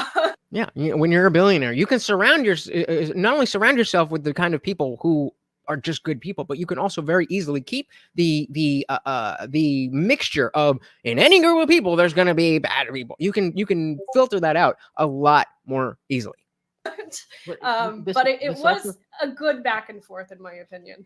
This also speaks to something else that I think is very important. I had one of the moms from Liberty on the show a few weeks ago, and you're a mom, obviously. When people are talking about how, there's no porn in school libraries. All right. So we're moving on a little bit. Before we go there, Guaptex says, speaking of semantic obfuscation, I heard a great way of describing what no evidence to show basically just means our trusted resources that we work with haven't even looked into it yet. Yup. This is just overreaction by the right. You guys are crazy. You're saying that if you have a children's book and there's a boy who has a boyfriend, that this is pornographic. You're just hysterical Nazis, blah, blah, blah. And she's like, I've got the stack of books right here. We're talking about visual representations of oral and other types of intercourse. This book is gay, genderqueer, The Bluest Eye, Nick and Andrew, D's Big Nuts, The Gay BCs. All of these are real books that have been found in children's elementary school libraries, if not the curriculum, that show exactly what he just said, in case you missed it. Talking about visual representations of oral and other types of intercourse being shown to elementary school kids. Elementary school kids. This is straight up inappropriate. And you're gaslighting us. But the thing is, they could have gotten away with this before the internet, and Mark Cuban could have been oblivious to it before the internet. But thanks to the internet, and especially a place like Twitter, you could be like, fine, you think I'm a lunatic? I'm Ashley St. Clair. I know what I'm talking about. Call me whatever you want. Here's the video. Don't touch me. You don't have to take my word for it. Here's the video in his words. Oh, but that's James O'Keefe, and I won't look at anything that's not approved. So that doesn't count. I still win. Here are the books with the pictures. You can call me whatever you want. How do you answer this? And for some people, you can't, bro. They're going to be like, oh, holy crap. Like Bill Maher had Roseanne on, and she was red pilling him, and he's like, I never heard of any of this. Did you guys see? I only saw clips from that episode. But shout out to Roseanne. Like, she's doing the damn thing. I did not expect her to be as politically relevant as she is. because in the media he consumes, it would never cross his desk. Mm-hmm. Well, that's the beauty of X, right? Is not only are we, there's free speech, but seriously, okay, I'm not going to dead name it. I don't want to get banned on YouTube. But the beauty of X is that you're able to Twitter, beat me, bitches. dismantle these narratives in real time, Yes. which we weren't able to do a few years ago on Twitter. There's this ability to dismantle them by showing people the truth and showing them what's happened. And Seth Dillon, he used to own Libs of TikTok. And so I did a lot of work with high-end Libs of TikTok. And it was astonishing to me to see, I have never seen anyone, any individual, any journalist, any activist, nobody who encounters the amount of vitriol that she does. Yeah. And whether you agree with her. You mean Rhett, do you mean nuts and bolts? I'm seeing so remember these big nuts. Oh, this is only 2 minutes. Yo, real quick. We gotta peep this. So this is a real book. This is a real book that you can find in children's elementary school libraries. These big nuts. Shout out to creativity, but Story Time with Tomfoolery presents Dee's Big Nuts. Dee was a squirrel who had big nuts. His nutsack was so big that it would drag on the ground everywhere he went. Dee had a friend named Sarah who loved nuts. Sarah would go around the town trying to put everyone's nuts in her mouth. Jesus fucking Christ. Sarah loved how big Dee's nuts were. His nuts were her favourite. They were the biggest nuts she had ever seen. She would play with his nuts all day. She would play with his nuts all day. And this is the mild one. This is the one I can show you on YouTube. And sometimes, even at night. Sometimes her mum would join. What? They would take turns holding Dee's nuts at night. Sometimes Sarah would even Jesus. try to put both of his nuts in her mouth at once. Hurrah! She would giggle. Her face would turn red. And then his nuts would come flying out. One day, someone ran up to his nuts and started poking them. "Hey, jerk, off my nuts," he said. Although Sarah loved Dee's nuts, she would sometimes kick them. She once kicked them so hard, she busted a nut. She busted a nut! Why is this? Okay. We're almost done, guys. We're almost done. Dee was very sad that Sarah busted his nut. He just wanted Sarah to play nice with his nuts. One day, when his nuts were feeling better, she took them to lunch, where she got peanut butter all over them. His nuts were so sticky. Oh God, his nuts are so sticky. Yeah, it's just so like it's so bad it has to be what you think a psyop.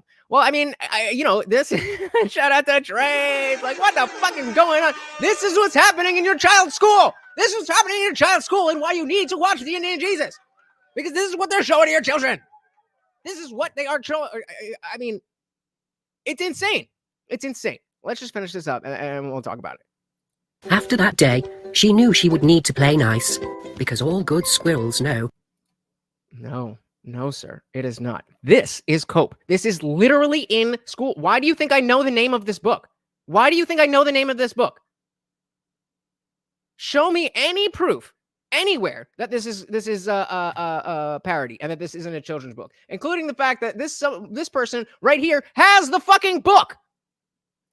How to play nice with big nuts.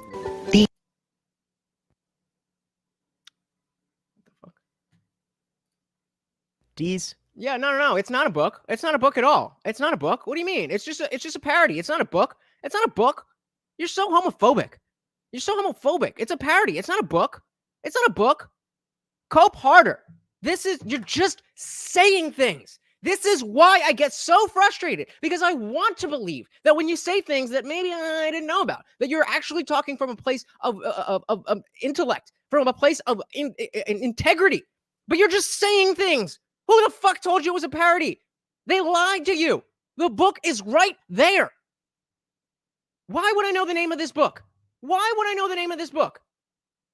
Are you going to tell me genderqueer is a parody too? You're going to tell me the GayBCs is a parody too? You're going to tell me the Bluest Eye? There's a whole fucking list of them. Oh my God. This is the worst Cope. It's so bad. It's not though, dude. That's what I'm telling you.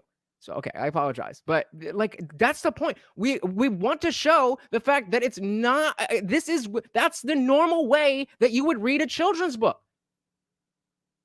I was, but I didn't. I was, but I didn't. I thought you were reacting to the fact that it wasn't a real book. So I apologize. I apologize. I get triggered. I apologize. But yeah, this is that's the point, is that they're just sliding this in with every other children's book. And so if you agree, then when we talk about, then you should be right there with us. When people are saying, "Oh, DeSantis is book burning," no, the fuck he's not. He's just saying, if you want this book, you can't get it in school. You have to go to Amazon. Oh no, you can get it on Amazon, and it's available on Kindle. Oh, we're burning books. No, the fuck we're not. No, the fuck we're not. So anyway, the point was that this is what's happening. This is what's happening. Gone said that that story literally sounds like something written for Playboy in the 1960s for laughs. I don't want to live on this world anymore. And I mean, I find it funny, but I'm an adult. I find the content funny. I don't find the fact that it's in front of children funny.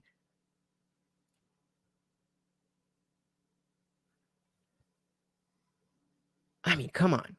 So I said, "Oh my god, my 13-year-old better never see this. He will be repeating it for a freaking year."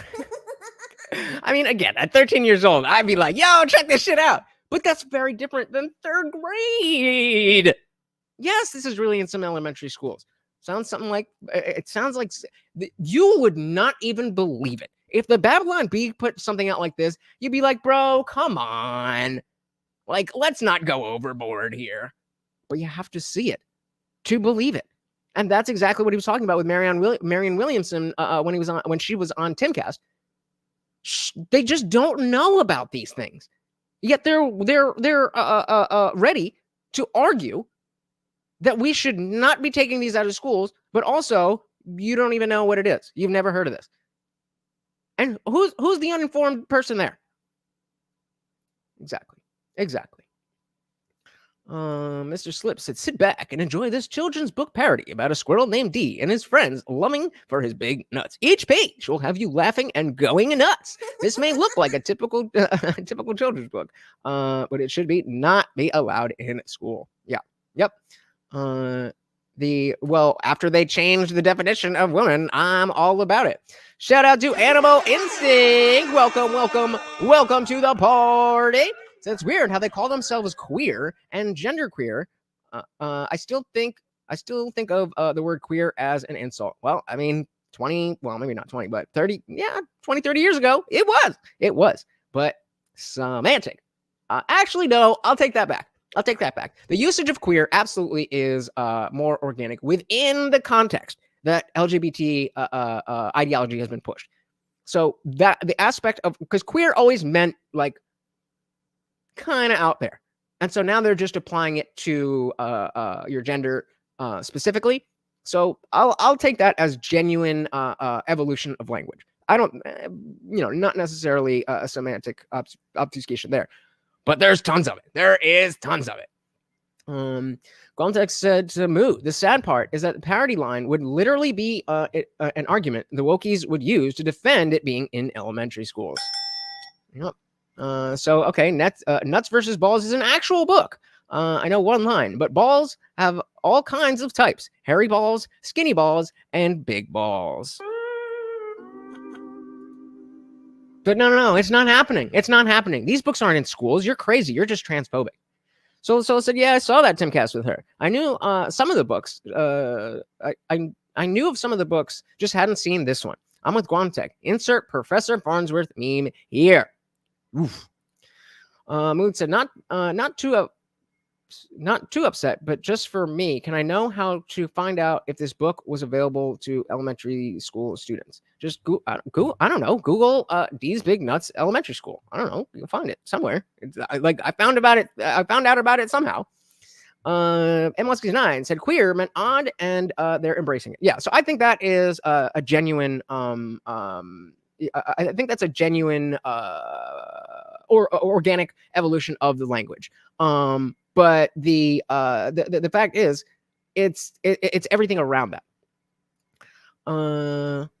Oh wow. Okay. So it is all right. Fine. So I got fooled. I was wrong on D's Big Nuts. But genderqueer is still there, so the point still stands. I was wrong. I was wrong. I was wrong. I was wrong. These Big Nuts is a parody.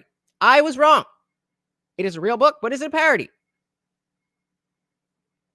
But also, all the other books are really there. So, how wrong am I really? Yeah, no, I was wrong. I'll take my L when I take my L.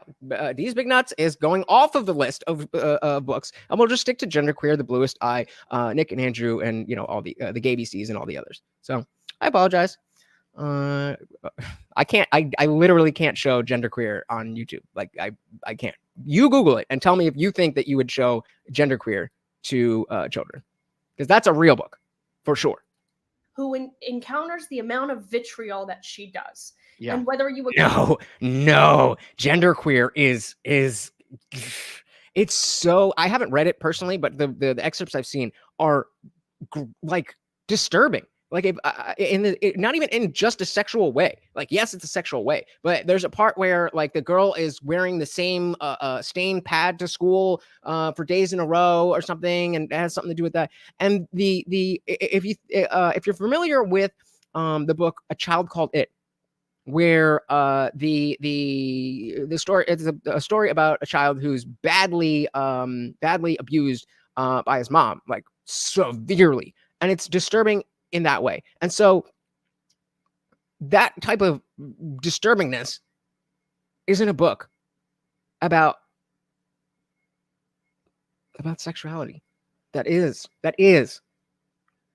found in schools. And so if I get one wrong, then all right, I take the L on that. But so Rhett saw it himself.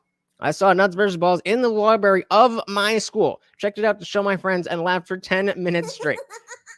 So, I mean, I'll take that. I'll take the L, but can we at least agree that that does not change the argument one tiny little bit or not? There's enough fog of war to not know if it really is in kids' schools or not. The world is really messed up. Yeah. So the books, the actual books that are in schools are bad enough. Yeah, I would not show that to any child. Crazy. nobody who encounters the amount of vitriol that I'm sorry. Please forgive me. Please. I bowed down. I told you guys I wasn't always going to be right. I told you guys I'm going to be wrong about shit. All right. As long as I'm admitting I'm wrong, that's all I can do. that she does. Yeah. And whether you agree with her or not, all she essentially does is repost their own words. All she does is repost those books. All she does is repost the videos they're making themselves. She's talking about libs at TikTok, if you missed that. Putting their words out there because she's shining sunlight. It's genuinely the best disinfectant. And they're like little vampires. They shrivel up and they freak out. But it's for that reason, because they can't get away from it. You're showing them, here, this is exactly what you're doing. Here's the book. Here's what they're saying. Refute that, Mark. Refute that, Marianne. They can't. There's nothing they can say when they're confronted with the truth and reality. Trey says, I think gender books are I think the gender books are should definitely go. But I think we went too far with books like To Kill a Mockingbird. Yeah.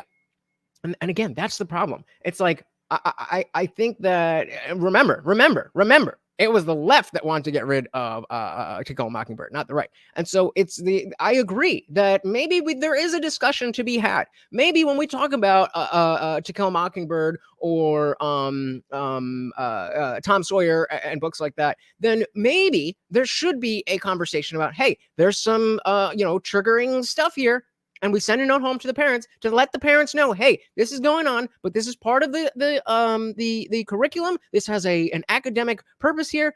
And if you would like to opt out, you can opt out, which I personally wouldn't want people to do, but I would want the choice for people to have that.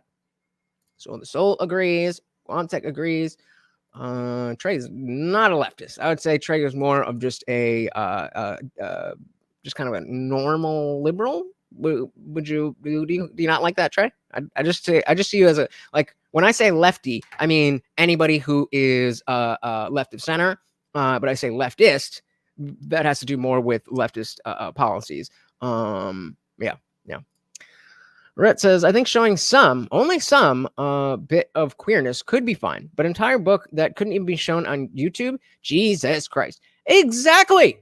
I would be totally fine with an aspect of sexual health being like, hey, some people do things differently, and explore that this is something that people do, but we don't have to talk about, is it better to use a dildo with spit or with lube, which, if I'm not mistaken, is in genderqueer. So it's like, so what does Animal Instinct say? I started reading the genderqueer book. The author is super creepy. She said she wished she had breast cancer as a teen so she could get them removed. I did hear that. Yep. Where I grew up, we did like a basic form of sex ed in 5th grade, and then a more involved version in 8th grade. And it was always through the health class. Mr. Slit said, I'm just sad they banned Goosebumps. Yeah, right. Like, you remember what was the Nickelodeon show? Are You Afraid of the Dark? That shit was fire. That was so good. Yeah. Not everywhere, but and I mean, yeah, different states, even different counties. I think it's by county where you're really gonna see these things, except for states like Florida, who are like, nope, we're doing this statewide. Otherwise, it's usually up to the individual school. If not the county and the what do they call the district? There we go. Any films that sex ed in schools should be age appropriate and only deal with biological function. Bingo. Yes, I don't think that I agree. There's no other part of sexuality that needs to be taught in schools. That's just. I think a lot of us, that's where the line is. Like, yes, the biology of this is important. Fact is, there are gay people. The fact is, some people want to be trans. Does a 5-year-old need to know about trans? Probably not, unless they're exposed to somebody who is trans, and then in which case, the family can handle that. Maybe even by 8th grade, then we talk about, hey, if you're feeling different, maybe there's something wrong. But usually it's not the case. And we're going to talk, we're going to send you someone to talk to who's going to really challenge you. And if this is really what it is, then we want to make sure that you're making the right choice. So it's not going to be a fun experience. You're not going to walk into an office and a half hour later come out with a prescription to change your hormones. That was Canadian. Nope, not watching anymore. No, I'm just kidding. Shout out to Canada then for Are You Afraid of the Dark? Can say when they're confronted with the truth and reality. I had a tweet, and I'm sure, or a post. Why have a unique word when you have a generic word? That's just we're deprogramming you live on the air. They're tweets. I had a post on X not that long ago, the site formerly known as Twitter, not that long ago, where I said these people could have gotten away with preying on kids for another generation if they just stop bragging about it. Super facts. Super facts. One more time. Preying on kids. Not that long ago, where I said these people could have gotten away with preying on kids for another generation if they just stop bragging about it. That's so true. That is so true. And this speaks to the arrogance. This speaks to the arrogance of that's baked into the ideology that this is correct. We are the right side of history.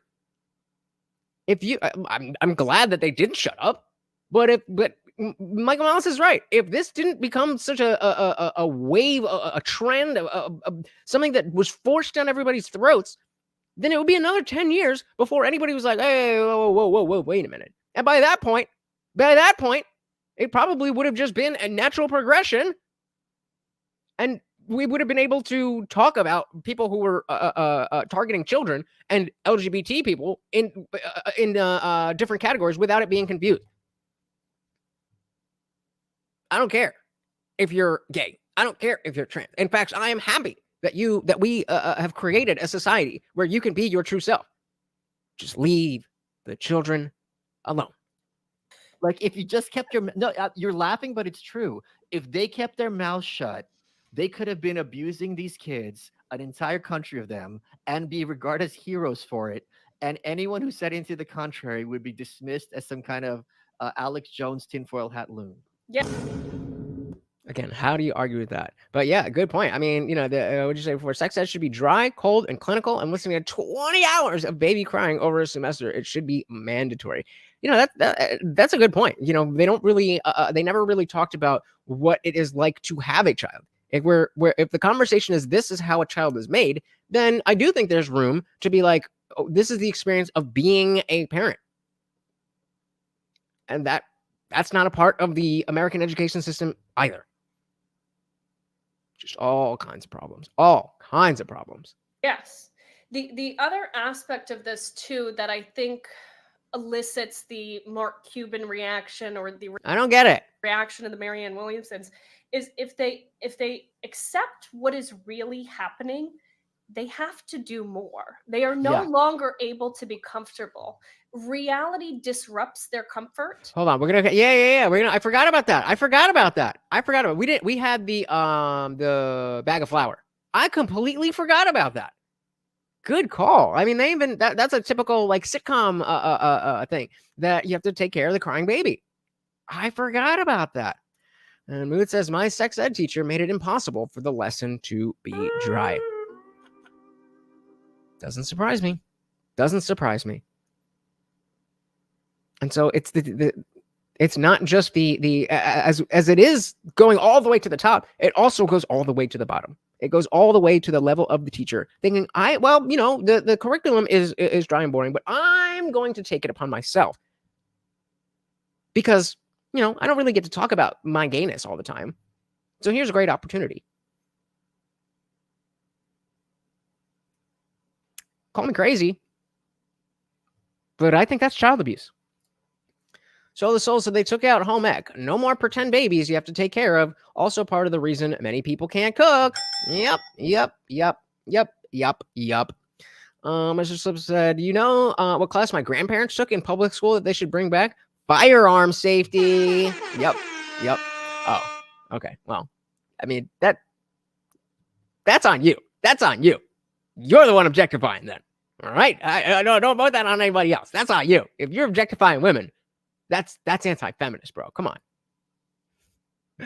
So I just think it would be funny if parenting was treated like being a World War I soldier. That would be a hilarious class. I certainly wouldn't take it. Rush Limb. Oh, okay. Yeah, that went right over my head. I thought maybe you're talking about the band Rush. I was like, what the fuck are you guys talking about? They're no longer able to be comfortable. Reality disrupts their comfort, and many people don't want to come to terms with the fact that they're raising the price of freedom so high, freedom and sanity so high that no one's willing to pay it. People want to be comfortable. They don't want to make a sacrifice. And so I think that's where you can watch the cognitive dissonance turn on in their brain. Hey, it was M169. All right. So you're calling M169 old. All right. See, it was Rush the band. Thank you. How old are you? Got him. Oh, I love being right. Rush is variety. What the fuck does that mean? See, right, exactly. Everybody. Oh, how young are you? That's the question. All right, what are we talking about here? People want to be comfortable. They don't want to make a cognitive dissonance. And so I think that's where you can watch the cognitive dissonance turn on in their brain. I told you. I love it. What did I tell you? Didn't I tell you? Because I told you. When they're confronted with a lot of this. So because I genuinely believe that if they accept it and they say, this is true, all of these people are not lunatics. The things they've been screaming about, there may be some validity to it. They have to do more or they won't be able to live with themselves, right? If you accept they are showing porn in children's schools. This is actually what's happening. They are doing these perverted things. How and you just do nothing. Right. You're That's to the Republicans. I don't know if she meant it to the Republicans, but yes, Republicans, by and large, are doing nothing. What are you doing? Conservatives are screaming from the rooftops. But that's why I use the distinction in language. Republicans aren't doing shit. Republicans never do shit. That's what makes them Republicans. soul is going to eat itself alive. And I truly believe that's what's happening with a lot of these people because they don't want to have to do anything. It's also a lot harder because now you have to think, wait a minute, the people on my team or my tribe or my party, they're not just I was too young. I was too young, and too uninterested to listen. By the time I got into politics, Rush Limbaugh was not somebody who was relevant. this isn't an honest disagreement. Hey, look who we got all the way from Australia. We got Chester Bennington in the building. Welcome to the party. He said the only thing about sex that should be taught in school is how it works. Any value statement should be left out. Values are taught at home. Sex ed is a hijacked social science. Coming in hot. Agreed. Welcome to the party. Someone said, wait, are you for censoring Lolita and other books like that from school libraries? I'm not familiar with Lolita specifically. It depends on the context of the book. If the book has a larger academic purpose and there's stuff that's a little quote unquote inappropriate, then we can make exceptions for the larger academic message. If it's something that's just debaucherous for the sake of being edgy, then no, it shouldn't be in school. It shouldn't be banned. And if you have a 13-year-old, if you have a 12-year-old, if you have a 7-year-old, you absolutely should be allowed to be a horrible parent and go on Amazon and buy it and show it to your children. I just don't think it should be in schools. So if there's an academic purpose, then I would say yes. Then if there's an academic purpose and there's not really a better alternative without the inappropriate stuff, then yes, there's not really an alternative to the strength and story and historical context of To Kill a Mockingbird or Tom Sawyer. So those are things that kids should be taught, despite the fact that there's bad language and racism and all that stuff in it. But if it's just like, hey, let's just call the blacks all the N-word all the time, no, that shouldn't be in school. If it's like, hey, let's just peek at little girls all the time, no, that shouldn't be in school. And I don't feel like that's a very complicated line. I don't feel like that's very arbitrary. It feels like if there is a academic purpose, then yeah, we can smudge the lines a bit. But other than that, no. So we said, I wonder if Republicans, being half religious, are afraid to lead. They just follow others and the norms of their communities. I wouldn't be surprised. Mr. Slipside, I feel like it's more of a lot of Republicans have a you do you policy. Yes, generally, but you do you. It comes with the caveat. You do you, as long as you're not hurting another person. And child abuse is hurting another person. Do you think generally Republicans are in favor of chopping off of the arms of their children for punishment? Probably not, right? But you do you, right? Even libertarians would be like, no, that's obviously aggressing on the non-aggression principle. So yes, it is you do you, as long as you're not impeding on other people's right to do you or to do them. A bit edgy. I mean, I'm not familiar. So I'm not saying no. I'm not saying yes. I don't know what it is. So I don't know. Right in action, something like, I don't know. Harry Potter is almost like that. It has just enough stuff that parents can enjoy that kids won't understand. That's what makes it great. And sure, that's not really what I'm talking. I'm talking about the appropriateness. Like, there's nothing in Harry Potter that is inappropriate for children. So let them read whatever the fuck they want. If we're talking about, all right, what are we talking about? Yeah, I know. I'm sure it has something to do with young girls, because I know the Lolita Express was what's his face, right? 1955 novel written by Vladimir Nabokov that addresses the controversial subject of hebephilia, the strong, persistent sexual interest by adults in pubescent children who in early adolescence, ages 11 to 14. That's disgusting. Protagonist of French literature, moves New England, pseudonym, what? This is so weird. And so then is there, how long is this? I'm not going to read through the whole thing. So then, Mood, if you have a specific reason why you believe, and I'm just, I'm not aware of it. So if you have a reason why you think this should be in schools, again, I'm coming from ignorance. What is the academic value that overrides the fact that it has to do with PDF files? That's the question that I would have.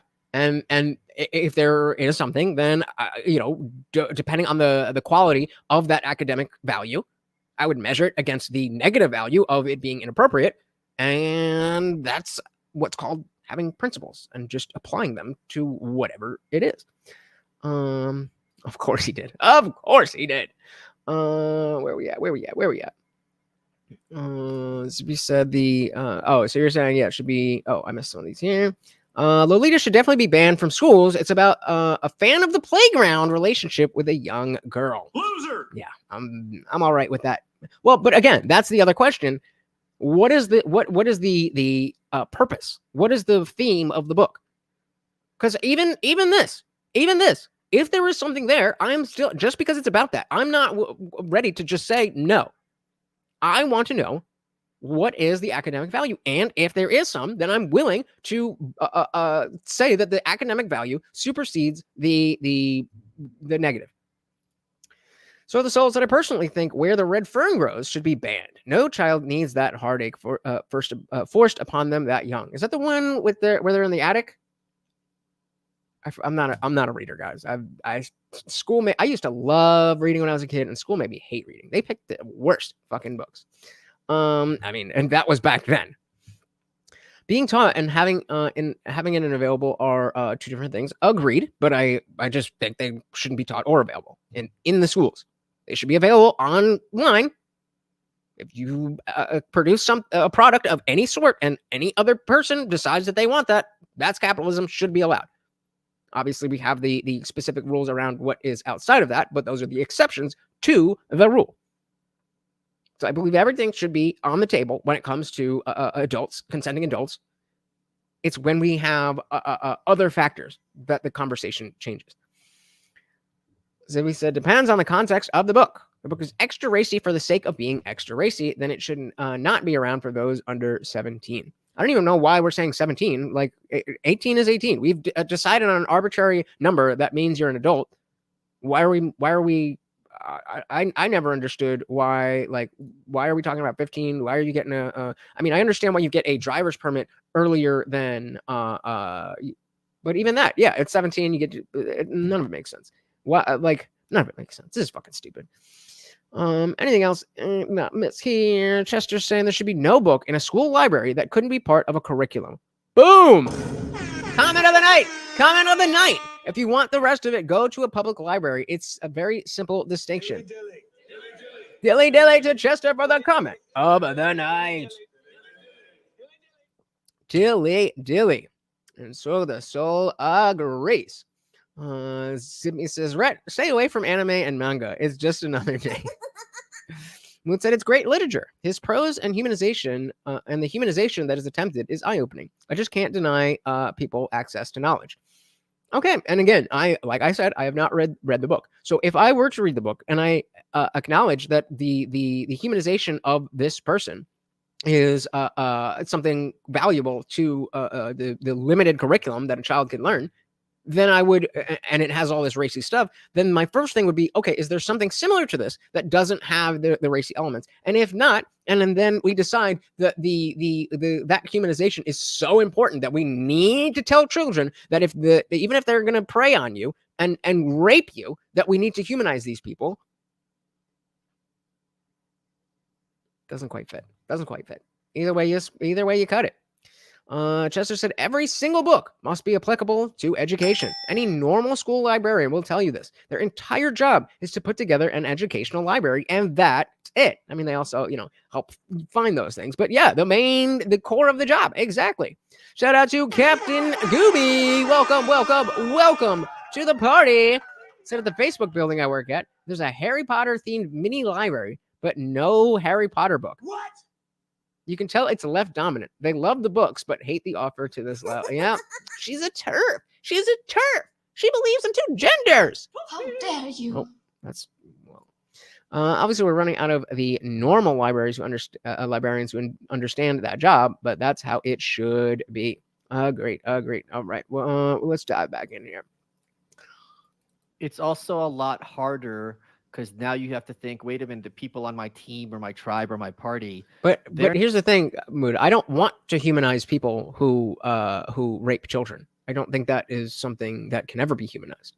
So, and you could disagree with that.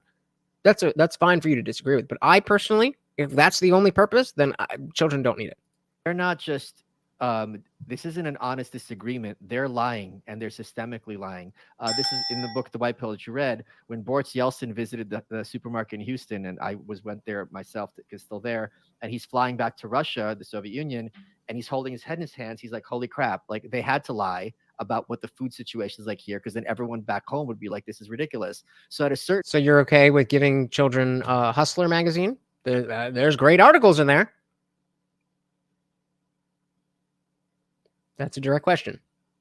If that's the case, then you should be okay with reading Hustler. With children reading Hustler. It says, by that logic, would all quiet on the Western Front be banned? Sure, it talks about mass genocide and death, but it also talks about stuff that kids should know about. Exactly. All Quiet on the Western Front was eye-opening and horrifying, but that is a real thing that is important for I mean, I was in, I think, 8th grade when I saw the original. If you haven't seen the newer Netflix one, holy shit. Holy shit. It's so good. But yeah, so there's death and genocide and all that stuff, but that's a real part. That's a real part of things that actually happened that led to how the things work today. So that's very different than, hey, a pedophile wanted to fuck a little girl. Like, but why do children need that? So Mood said, no, I understand straight pornography is treated differently. Why? Why? I'm specifically talking about the articles that you can find in a Hustler magazine. You said, as long as they're reading, I'm happy. If they want to read, I'm happy. So what is the difference between genderqueer and a Hustler article? Because again, if we're talking about principles, then they need to be applied equally. So if your principle is that if they want to read, you're happy, but you say no to the Hustler articles, then there must be some principled reason that they are different. At a certain point, you have to realize, oh, wait a minute, this isn't a difference of opinion. This person's more conservative about sexuality. This person, is more pro-LGBT. This is that a biography? What biographies are you reading in Hustler? No. I'm talking no. So I'm saying, why, if you're happy with them, to take the article out of the book, out of the magazine, and give the kid the article of, hey, I was reading this, I was risen up this girl and da da da da da da. Why is that okay? But or why is that not okay when genderqueer is okay?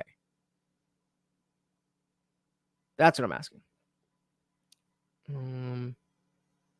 Yeah, I mean, it's just I hate that we need to.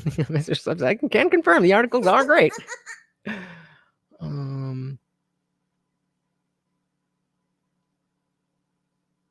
What's just words that I'm saying? I don't understand the question. The question is, if your principle is that as long as kids are reading, I'm happy with that, then why do you not want them to read a Hustler article? Not the pictures, just the article. What is wrong with reading an article that would be found in Hustler if the principle is that as long as children are reading, you are happy? That's what you said. Those are your words. Shout out to Opus. Welcome to the party. I guess you saw the caucus results. Welcome. You're saying it's just words in the book. If that's the case, then sure. There we go. So I mean, that's in my opinion debaucherous to not only allow but to be happy that children are reading articles from Hustler. Like, okay, then if you have that, then that's disgusting, and most people would agree with that. Just be aware of that. Conservative about sexuality. This person, is more pro-LGBT. This is complete dishonesty, and they're making out like moms and dads to be Nazis simply because they're like, I don't think this is appropriate for first graders.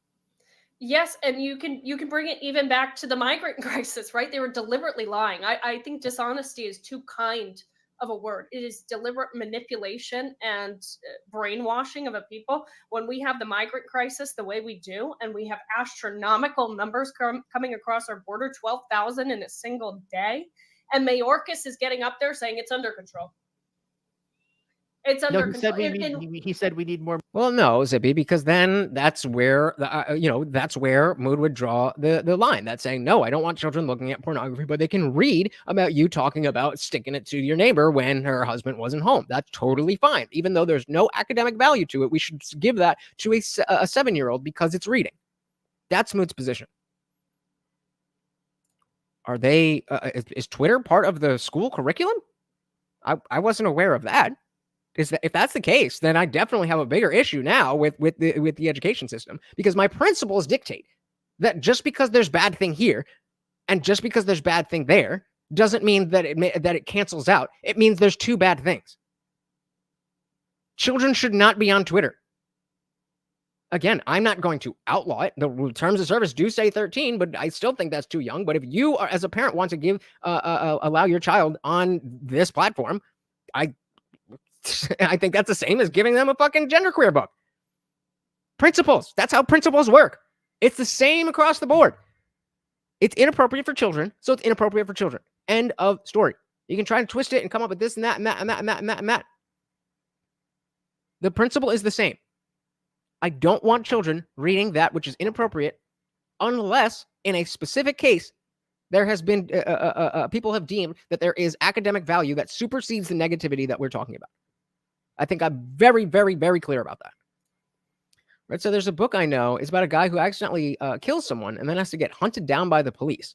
And then his only friend has to kill him. That crap was sad. I mean, yeah, I mean, I very sad. Just that a school library is not for entertainment. It's for education, and it's very selective. Again, every book in there should be able to be used in the class as an academic resource. Simple. Done. Can we get a response to this? Because this is the third time Chester's bringing this up, and you seem to think that it's okay that to apply your own personal judgment of what is appropriate to what is for education. So why is that okay? That's it. It's really not that complicated, and it's weird. It's very weird when people try to fight so hard to give hustler articles and the book Genderqueer to why is it so important for you? If it's no big deal to you and it's a gigantic deal to us, then why can't you just why is this the hill that you're dying on? It doesn't make sense. It doesn't make sense. I would say children shouldn't have smartphones or social media, period, until I would say they're juniors in high school. And again, that's for the parents to decide. That's for the parents to decide. Unlike 50 years ago, words kind of come with pics these days. True, but again, I mean, that's the according to what Mood has said, he would not be okay with the child going to find where the article came from and the pictures that would accompany it. But just reading the article that come from Hustler as a 7-year-old is okay in Mood's eyes. I said I wouldn't give a rat's ass if this perverted crap was in schools. If we had school choice and it was accounted for low income to also be able to choose. Good point. Good point. You said you were fine with it. I specifically asked you, would you give an article to a child? And you said yes. You said as long as it's just the words. You said as long as it's just the words. In that case, then sure. That's you. I didn't say that. You said that. They're saying it's under control. It's under control. He said we need more money for processing and judging. He didn't say we need more money for border control. Did you see that? He was on one of these shows. Yeah. Yes, because what they want to do, they want all of these people to be citizens. That's why AOC is going on air and saying, well, the solution to undocumented is to document them. Undocumented immigrants is to document them. That is literally what she said. So they but it's just it's blatant manipulation of people. I mean, you're lying. I'm with Mood. What goalpost has been moved? I don't know. I don't know that he's moving goalposts unless he's now saying that it's not okay for 7-year-olds to read Hustler. Then he's changing, but seems like he's been pretty consistent in my eyes. There's a subset. Imagine schools competing to have your kids go there. Programs would be better, and some schools would even specialize. School choice is such a good idea. Yeah, I don't know who could be against that. I don't understand what is the position against that. Like, maybe I'm just ignorant and I don't understand what the cons of it. But I just don't get it. I'm thinking if all literature is education, I guess it's okay to for kids to read the anarchist kickbook and Mein Kampf. I'm gonna guess that you're being a little bit facetious there with the emoji there. Mood said, "Would I allow them to read a compilation of Hustler articles in a library? Yes, if they want." And someone did that. That isn't happening. We have tons of books banned, and now children can't read. But the fact that you and many other people are okay with it is the issue. That is the issue that we have. This is not a reasonable position to have as an American in many of our eyes. Nobody's saying that you need to go to jail or you can't have this opinion, but this is disgusting to many of us. And so I'm just making you aware of that in case you hadn't heard it before. But it's blatant manipulation of people. I mean, you're lying to say that with a straight face and say it's under control. Okay, Ash, we have number 2 or number 4. All right, moving on. I'm going to give you your kudos because you were the first person I heard talking about this issue, and now it's become much more prominent, and you deserve a lot of credit for this. So one of the things that in America people don't like to hear is the idea of trade-offs. Like, for example, let's suppose there was like a really deadly pandemic and like it's like severely devastating, and there was some vaccine, and the vaccine, like, it's going to make you sick for a week, but you're not going to die, right? A lot of people, it's hard to make that sale because people want to think if I'm doing something, it's got to be all upside. There's no downside. And whenever there's any, like with trans people in sports, like you can't say, well, we should be more integrating trans people in society, but this is going to be unfair. No, it's got to be all or nothing, right? And what you were the first person I heard talk about was the pill.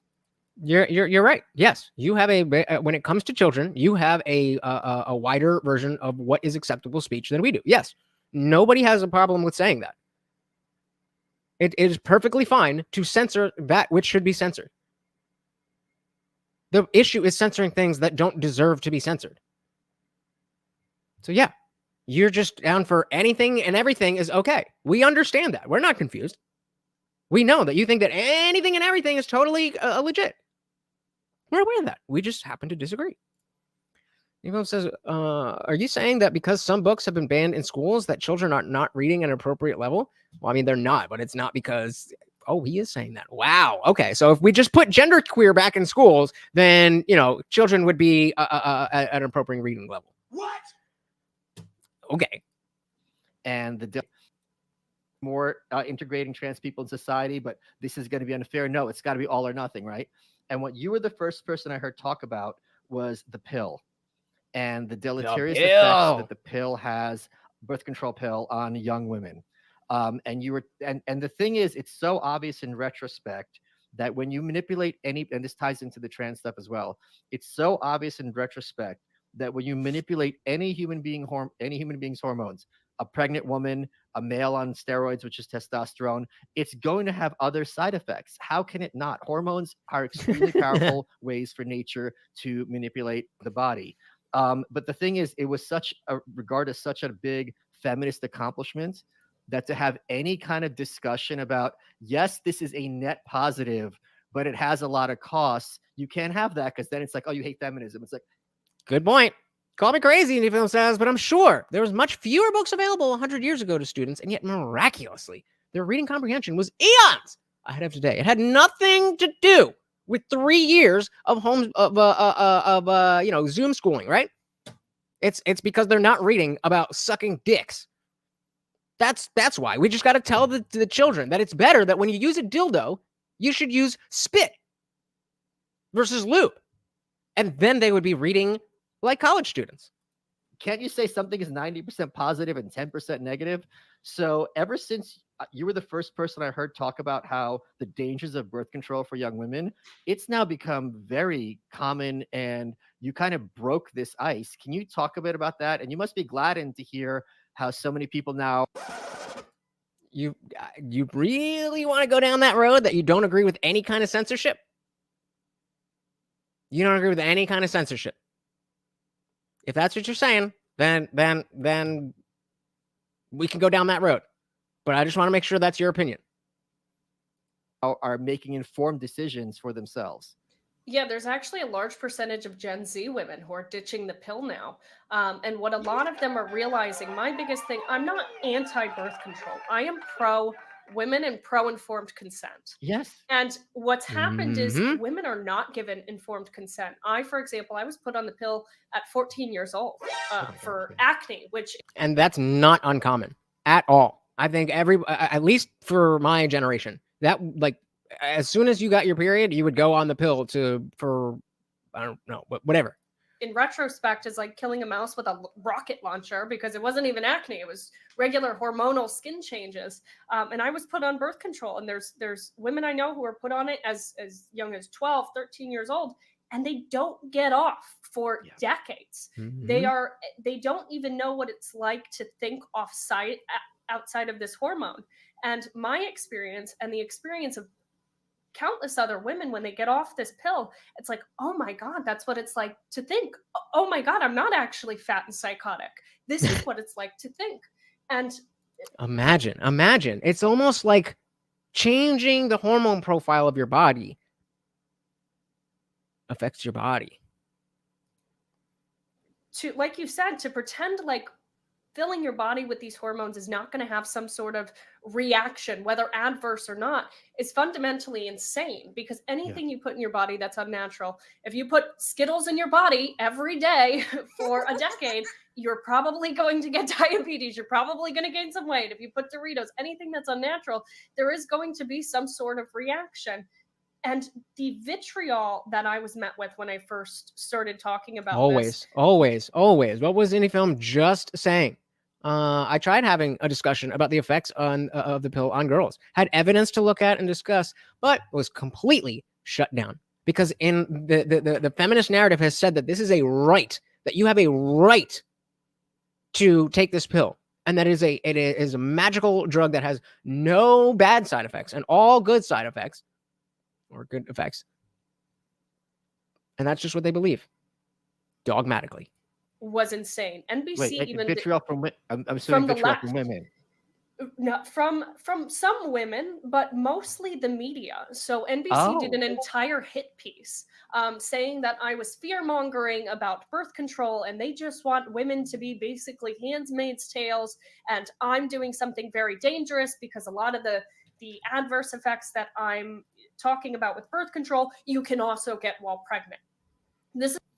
Is the Bible okay for children? Yes. Should the Bible be taught in schools? No. Should the Bible be should the ideology of the Bible be taught in schools? No. Should the children be able to read the Bible to understand the context of Christianity in history? Yes. Again, it's not complicated, bro. It's not complicated. You're like, and no, bro, that's the sad part, Mr. Slip. This is the sad part. This isn't trolling. This isn't trolling. This is what people genuinely, actually believe. And so to just dismiss people as trolls or this or that, that's not going to win you any hearts and minds. Yeah, even young kids. I mean, I don't see why you would have to explain to me what would be relevant about the Bible to young kids. But yes, the Bible is a very relevant book in human history. Genderqueer is not the same as the Bible, says the atheist. Come on, bro. If you agree young kids should have access to the Bible, then other banned books should be allowed. Based on what? Why? Again, just saying things. But what did we say before, Mood? What did we say before? Did I talk about measuring two things and saying that maybe it's okay if there's bad things in a book, if there's something else? Or did I just think that? I think I said that, but you're just not listening. But that's okay. We can move on. Talking about the pill. and I'm doing something very dangerous because a lot of the adverse effects that I'm talking about with birth control, you can also get while pregnant. This is really what they said. An NBC article said this. They had doctors come in saying, well, a lot of these depression symptoms that she's talking about, you can also get while pregnant. It was just insane. Hold on. I like the idea that it's either you take the pill or you get pregnant, as opposed to use condoms or diaphragms or other forms of protection, or And just so, not, or be or yes. celibate. Yeah. So I responded to them. I did a long form post on X about this, and I responded to them, and I said, the insanity to me is that their argument here is that none of the symptoms from birth control are as severe as telling a man no. Yeah. And that's really what they're telling women. They're not telling women, well, maybe have less sex. True. Shout out to Mood for sticking around and taking it. Let's trick to Mood. We got to appreciate the people who come in who don't agree with us. Otherwise, we're just sitting around jerking each other off. And if that's what you want, then you're in the wrong place. Like, I think I have a lot of the right things to say, but I also definitely need people like Mood, people like David who come in here, people even can't remember anybody else off the top of my head, but people who come in here and challenge me and disagree with me. It's not a fun show if we're all just like, hey, guys, remember the thing I said last week? I'm going to say it again. Here's another example. That's kind of a dumb show, right? Yeah, we don't want an echo chamber. So we are definitely appreciative of Mood being here and willing to, understand that, hopefully, Mood, you understand that, and hopefully this is true, that everybody is, discussing in good faith and not treating Mood as a bad person because he has different opinions than you, because that is the entire message of this channel. So just in case you were getting a little mad, remember, this is why we're here. This is why we're here. Mood, sorry to tell you guys, but right now, Mood is the most important person in the chat. Let me say that again. Right now, Mood is the most important person in this chat. He's still really wrong, and it's kind of disgusting, but he's the most important person in the chat. Thank you for being here, brother. Yeah, because I want to hear what you guys have to say, because I'm genuinely interested in having these conversations. I'm not trying to just be right for the sake of being right. And I think you understand that. I think a lot of you guys understand that. And I think a lot of people don't understand that there's value in that. So again, thank you for being here. Did I miss anything interesting here? Over said, I even think it's okay to teach critical race theory, but not push the ideology therein. I think it's important that kids can recognize this ideology when someone does try to push it on them. Interesting. Fair enough. And Ephraim said, I wonder if getting girls on the pill at such a young age also leads women to be more accepting of taking other pharmaceuticals and open to other drugs for themselves and their children. I'm sure there has to be some effect, right? I mean, I remember before I ever did cocaine, I always had I was doing drugs, but I just never, I'm a downer guy. I would like my painkillers and my Xanax and my weed and my shit like that. And I just never tried coke, and people around me would be doing coke, and I was like, I'm not missing out. So let me not, maybe sometime in my life in the future there'll be a shitty situation, and I'll want to turn to coke because I've done coke now and it feels good. So I don't want that. Fast forward a few years, and this girl's at my place, and she's like, hey, we should do some coke. So I'm like, all right, let's get some coke. Fast forward again. Now I'm on probation because I got arrested for weed, and I can't smoke, but I can definitely drink, and I definitely did a lot of coke that I wish I didn't do. So I would have to imagine there is some aspect of what you're saying here. And that's really what they're telling women. They're not telling women, well, maybe have less sex with men. These men are abusing and abusing, or protected sex. Yes, well, no, but men do not use condoms anymore. Let's be honest. But is that true? Put a one in the chat, men. If you are, if you are sexually active and you are single, I don't know how many people that would actually be, but if you are single and you are sexually active as a man, 3 parts: sexually active, single, man. If there's any of you here, put a 1 in the chat if you do not use condoms because you definitely should. You know, rather than women, any call for women to respect themselves. And I'm not saying any woman who has premarital sex is disrespecting herself, but this culture of casual sex and this culture that we've created with the sexual revolution to think that women can have sex the same way as men and not be affected is really dangerous, and it has been incredibly damaging for women, in my opinion. And statistically, if you look at the data, the paradox of declining female happiness. Oh, Mr. Slam, come on, wrap it up, bro, wrap it up. You see these fucking whores out here. Oh, come on, brother, please, just for me.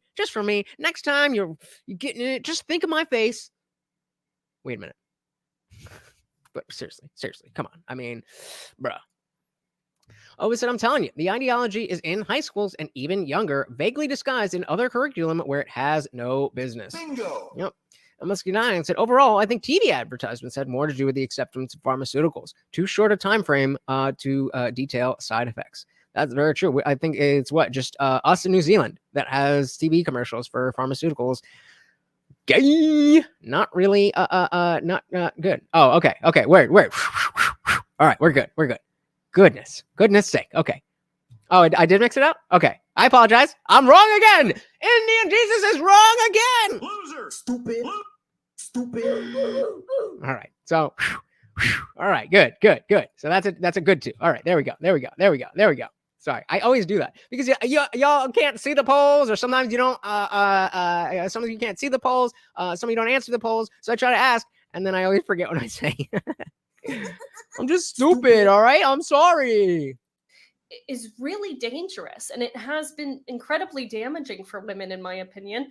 And statistically, if you look at the data, the paradox of declining female happiness really comes into play with the sexual revolution. But rather than us So has my integrity, has it not? So has my integrity. having honest discussions about this, it's like, well, just take the pill, and or you're going to end up pregnant.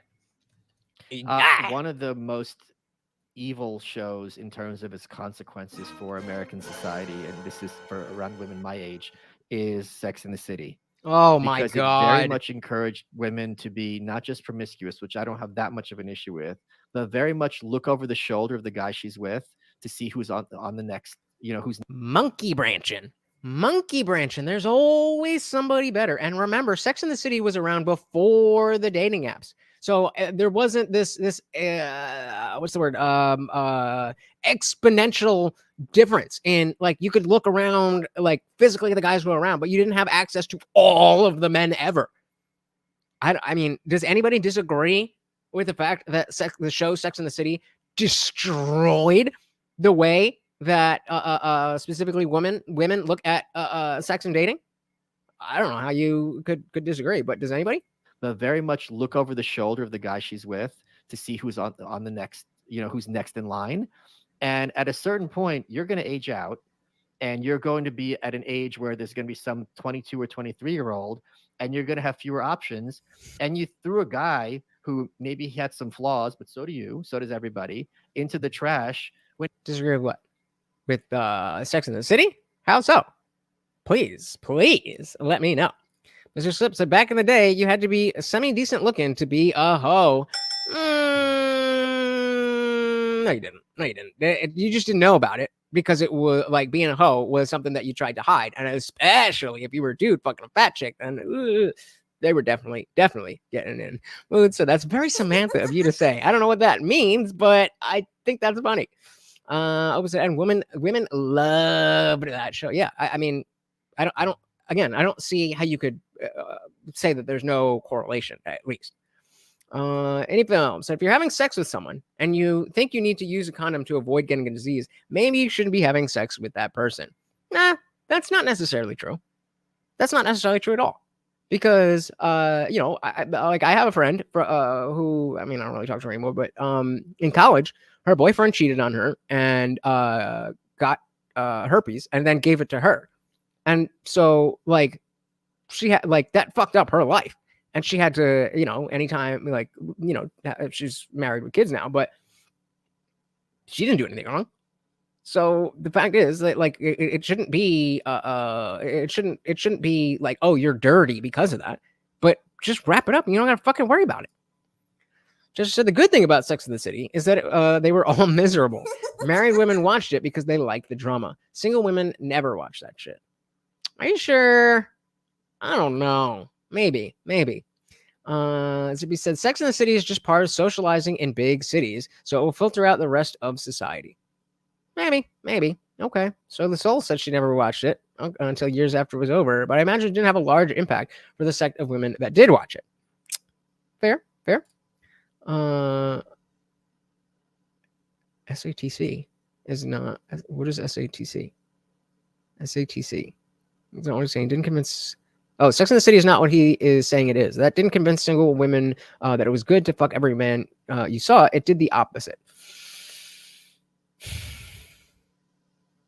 I didn't watch enough of it to know, but I want to disagree on what I do know based on the fact that they, like you said, they were miserable. But the fact is they showed the parts that they were happy is when they had a new man. So again, I didn't watch enough of it to see, but you know, but apparently Mood agrees. All right. Thank you for stopping by. You have a good one. And man, shout out to Rhett, bro. Shout out to Rhett. Some little creepy trolly motherfucker did some bullshit on Rhett. And don't go watch it. Don't give him any views. But Rhett handled it like a pro. That's how you do YouTube. Good shit, brother. You have a good one. Anyone said, if I went on a date with a woman who had a condom in her purse, date's over. That's just somebody too gross for me. Well, the idea is that you're supposed to have the condom. I agree with that. But, like, you're supposed to have the condom. So she shouldn't, I don't know what this means. I don't disagree. I don't agree. Some 22 or 23-year-old, and you're going to have fewer options, and you threw a guy who maybe... Amen.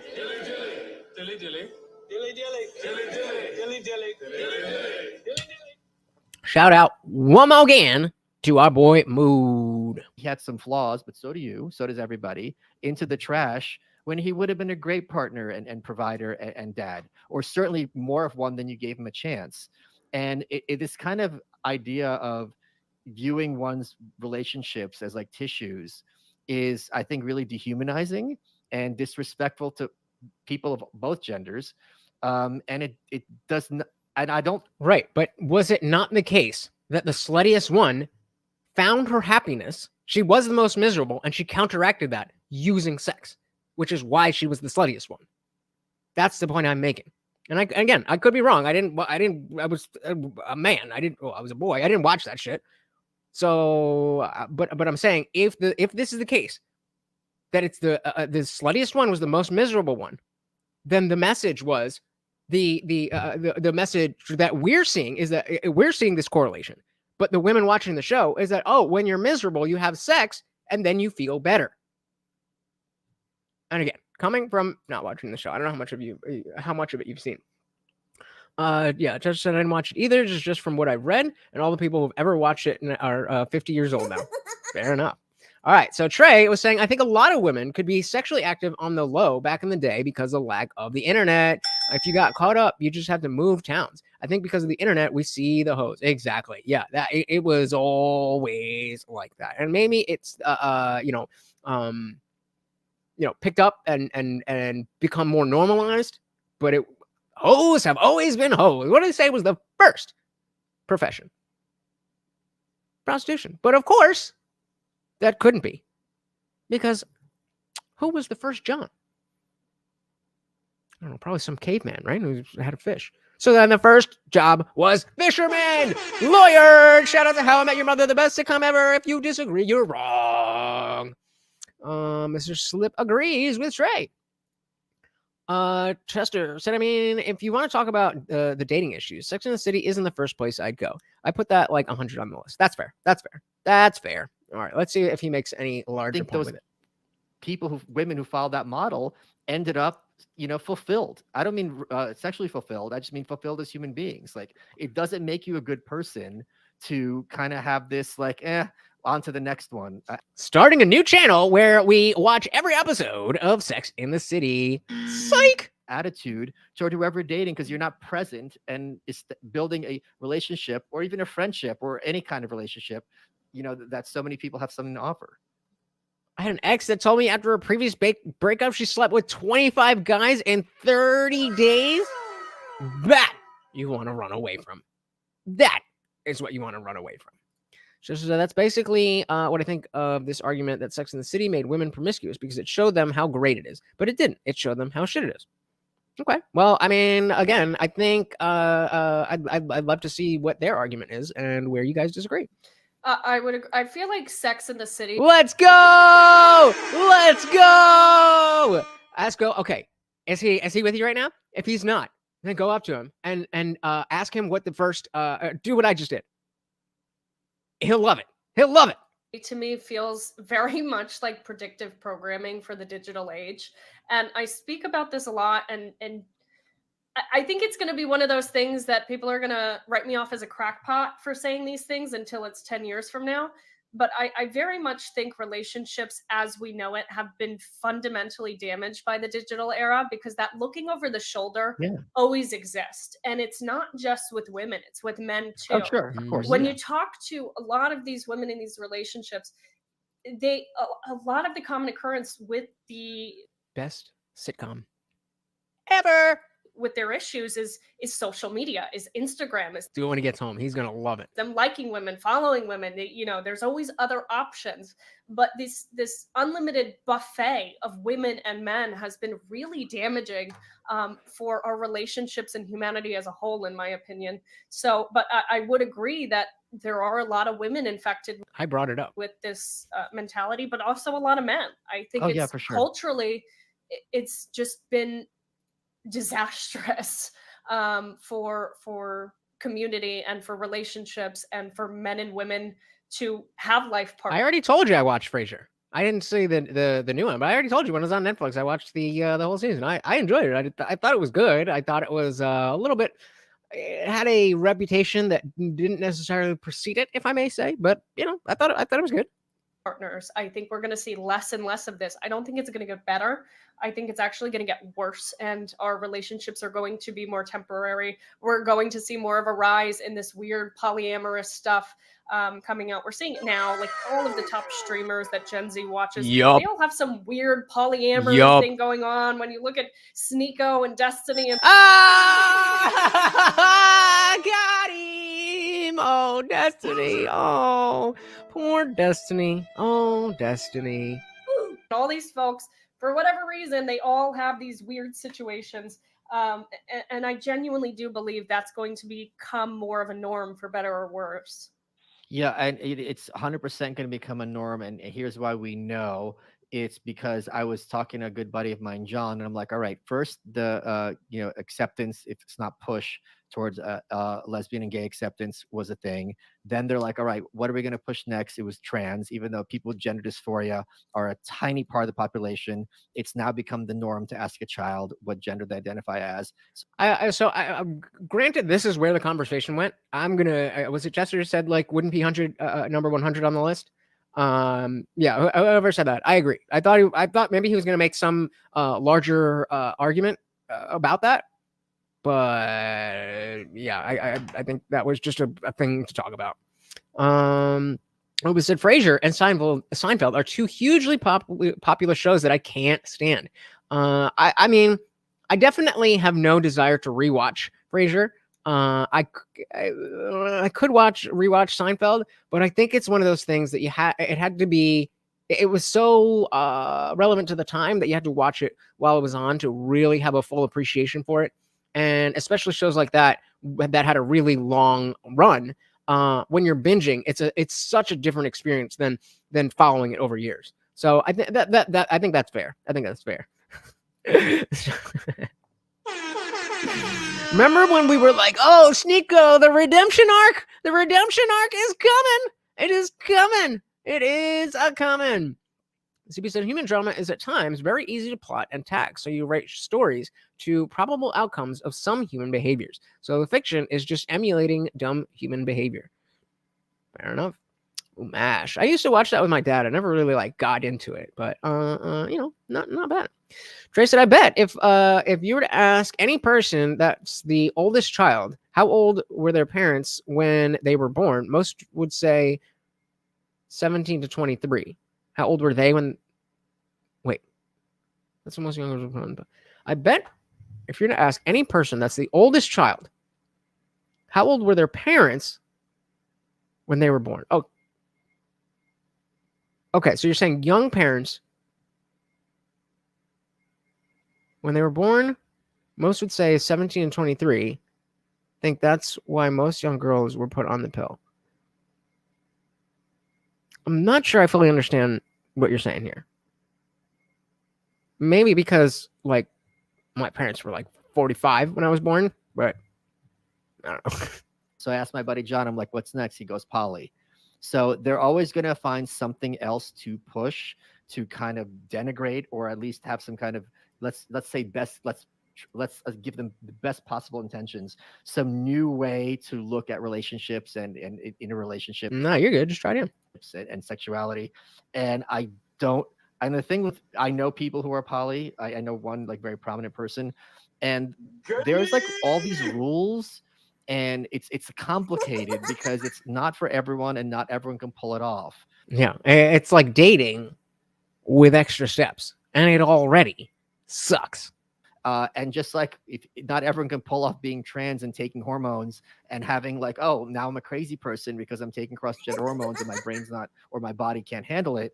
All right. Do you guys think, this is the ultimate question. Are you paying attention? The ultimate question. Do you think I would make a pretty girl? That's a serious question.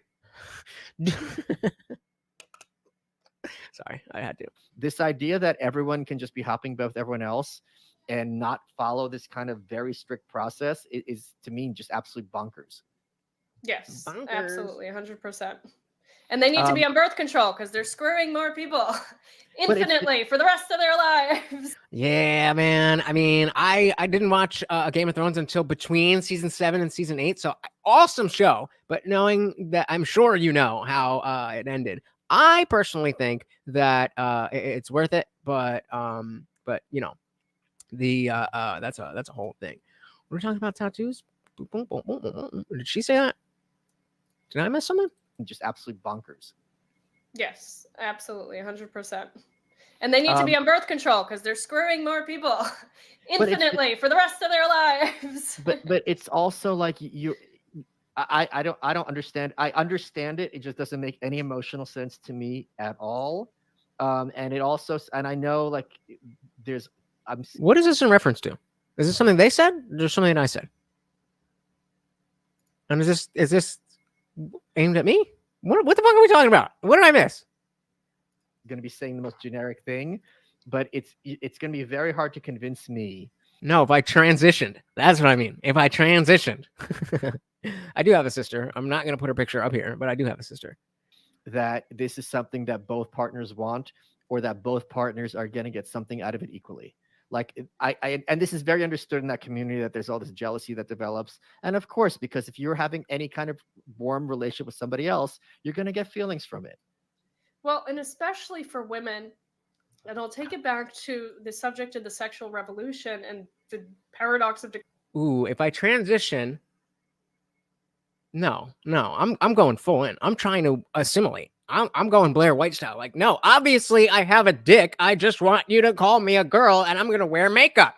So no facial hair. We gotta definitely work on the eyebrows. The unibrow isn't that bad, but I'm Indian, so you know, it's like it's not that bad. But take care of it every so often. But definitely not keeping the beard. That's some fucking AGP shit. If you are transitioning and you're not even willing to shave off your beard, then don't fucking tell me. Don't fucking tell me that you want to be seen as... What did you do? What did you do? All right, how can I... Oh my God. What is this? This is what is this? Oh my God. Oh my God. I mean... I'd fuck her. Would you?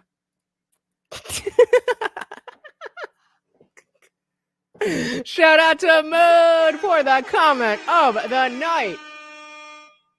Oh my goodness, that was fucking hilarious. Oh my god. Holy shit. Holy shit. Whew.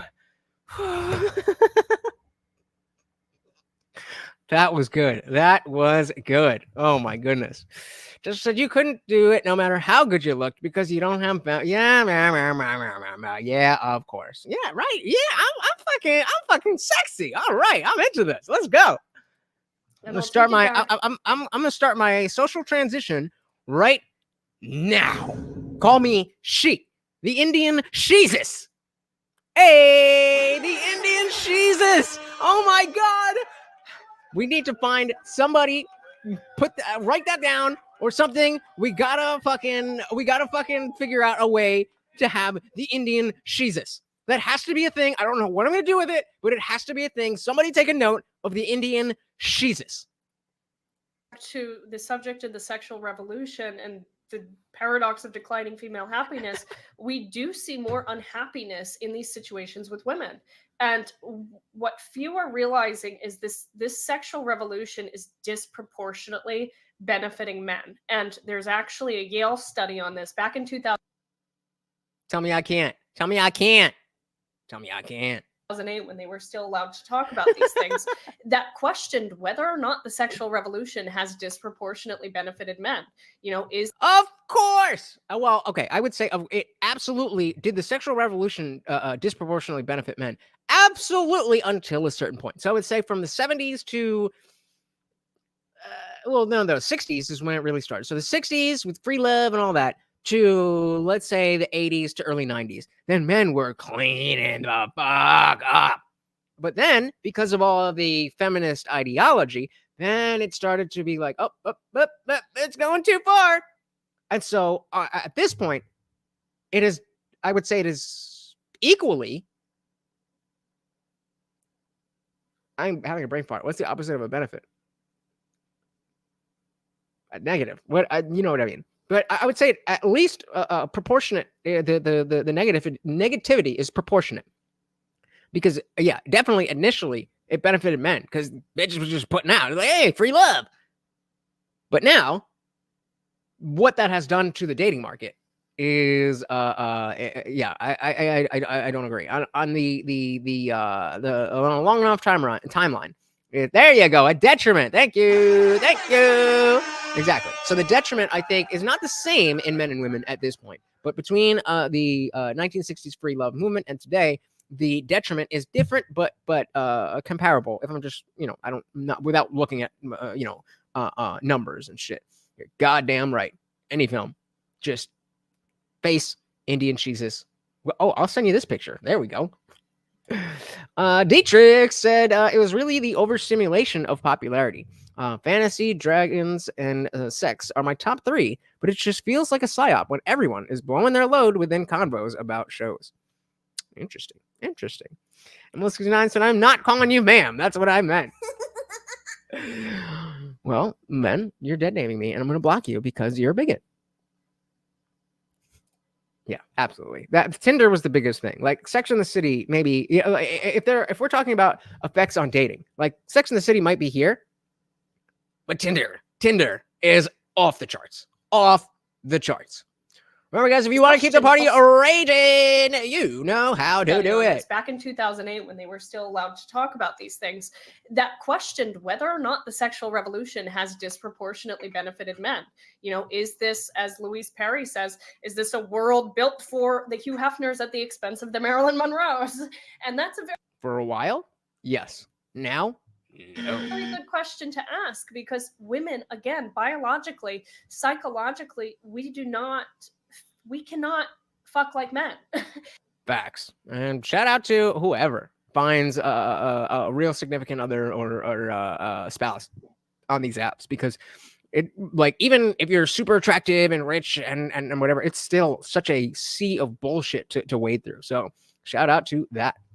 And be okay. It's just we're not built that way. But women are told this is what they have to do. They have to fuck like men. They have to work like men. They have to think like men. After we just saw Cat Williams, there ain't no fucking way I'm putting on a dress. The fuck you think this shit is, man? To be happy and to be equal. And that has been really damaging to the women who are raising the next generation. That's a Facts. scary thought, to think of how much we've Facts. damaged women under the guise of freedom and revolution. They are becoming entirely distraught, incredibly mentally unwell. They're on all of these pills. You take the birth control, then you're depressed or anxious from the birth control. So then they put you on another, an antidepressant or some Xanax, and you're on this pharmaceutical cocktail for decades. It's really frightening to think of the state of women nowadays. And I wish we viewed it with more compassion and honesty and said, have we really screwed up here? And I don't think there needs to be any differentiation between when we talk about how the views on dating and gender and sex. If we take that group, then none of the issues with the gender stuff, the numbers of men who are not having sex, the numbers of women who are getting their shit blown out and then hitting the wall and have no don't understand why they can't get all of that comes down to the same types of issues, that if you have these values of my body is something to be valued, that if I'm going to share it with somebody, that switches everything around. And that's been the opposite message that since the beginning of the free love movement.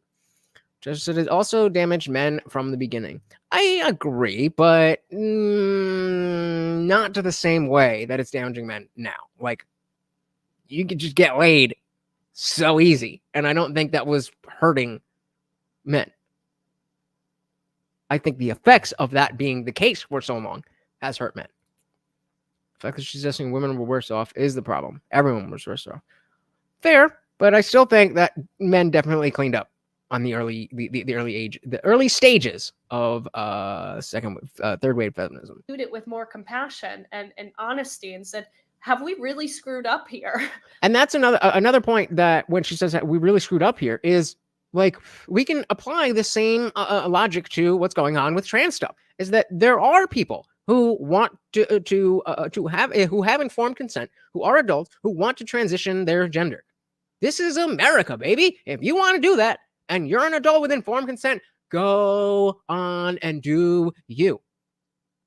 But the fact is that that's now that we've bypassed that part of the conversation and now just said everybody who just says it should get it. And now, we're like, whoa, slow down a little bit. Oh, you're transphobic. It's like, come on, bro. This is why we can't get anywhere. This is why we can't get anywhere. So we said the sexual revolution would have changed nothing if we did not let men off so easily from having random kids. Fair, agreed. Even if I was trying to instill that value in someone, animals get pushed back on. I think I'm missing something there. It's almost like they've turned every human interaction into something the medical and pharmaceutical industry can profit off of. Yup.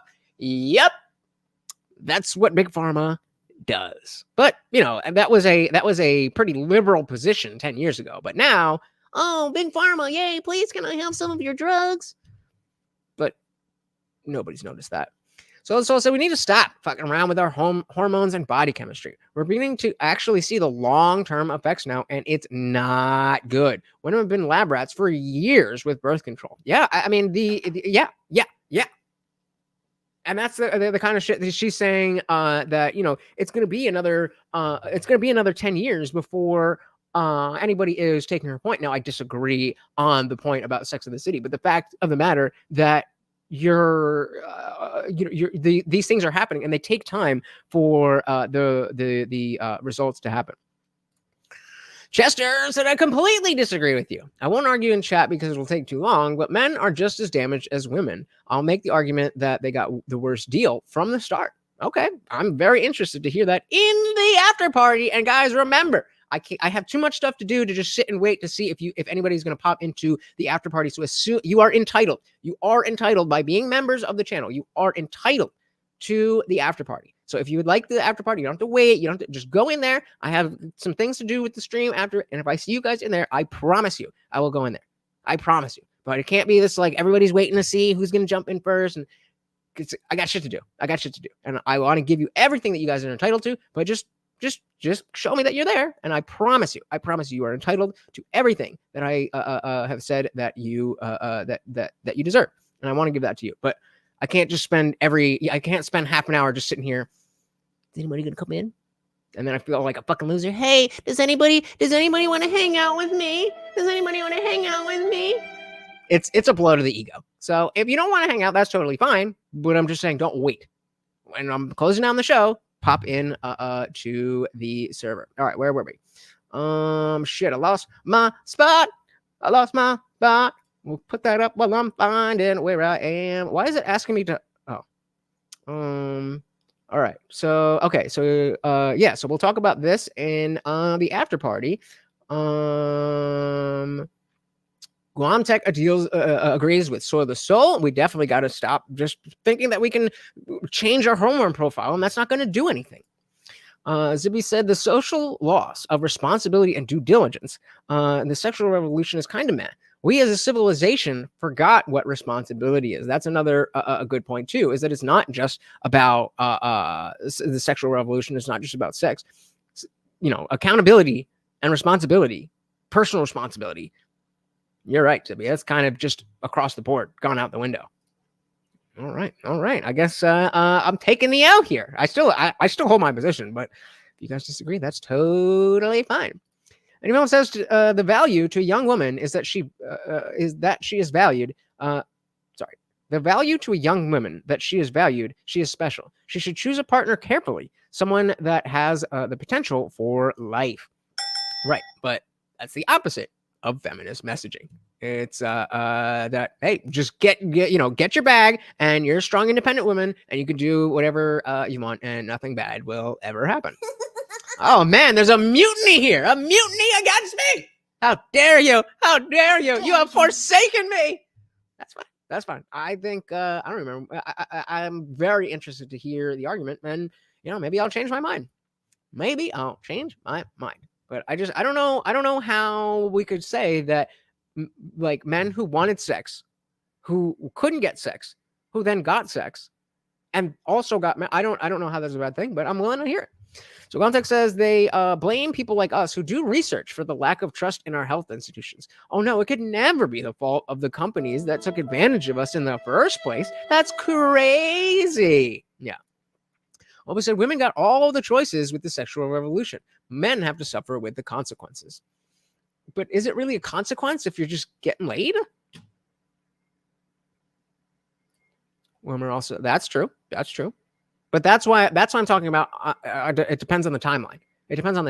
Because being a protected class didn't really mean anything when the social norm was that, okay, technically you're a protected class, but you're still a woman. You know what I mean?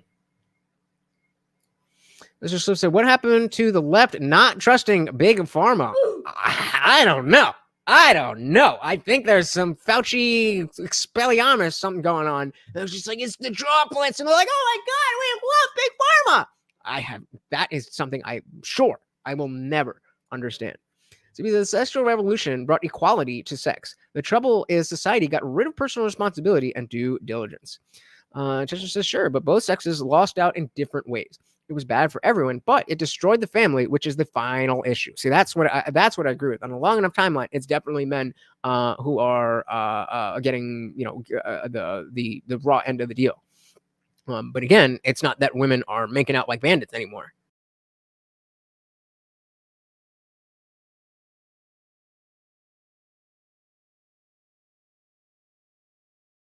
Sorry about that. I did not know that I could do that with the, I don't even know what button I pushed. Anyway, sorry about that.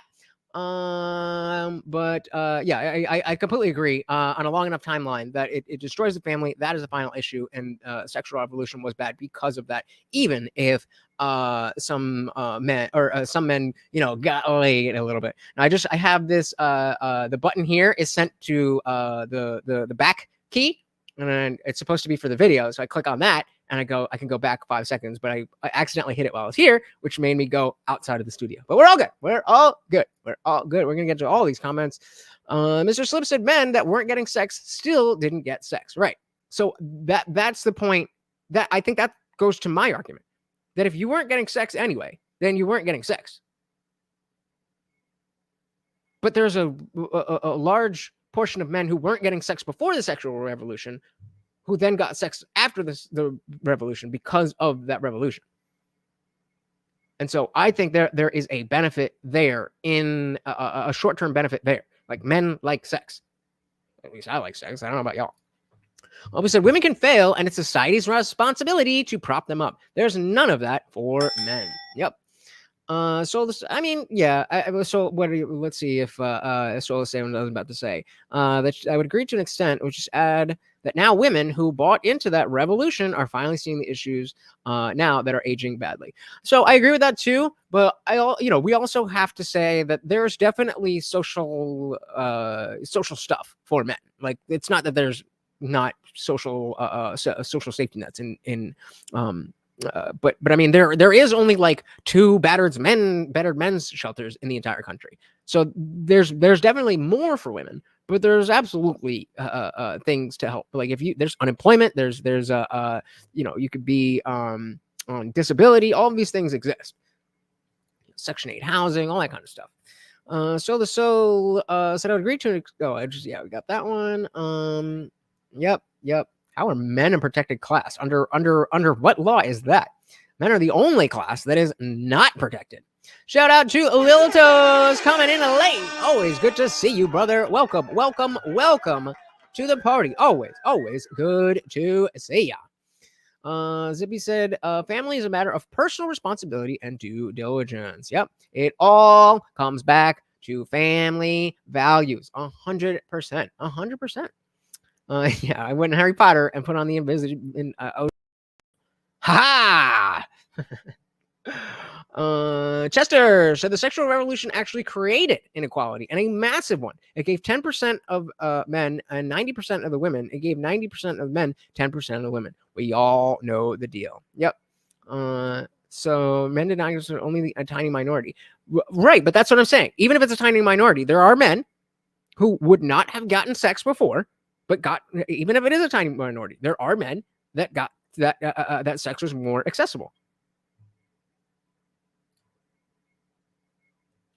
So do you think more men got laid before or after the sexual revolution? Were men having more sex before or after the sexual revolution?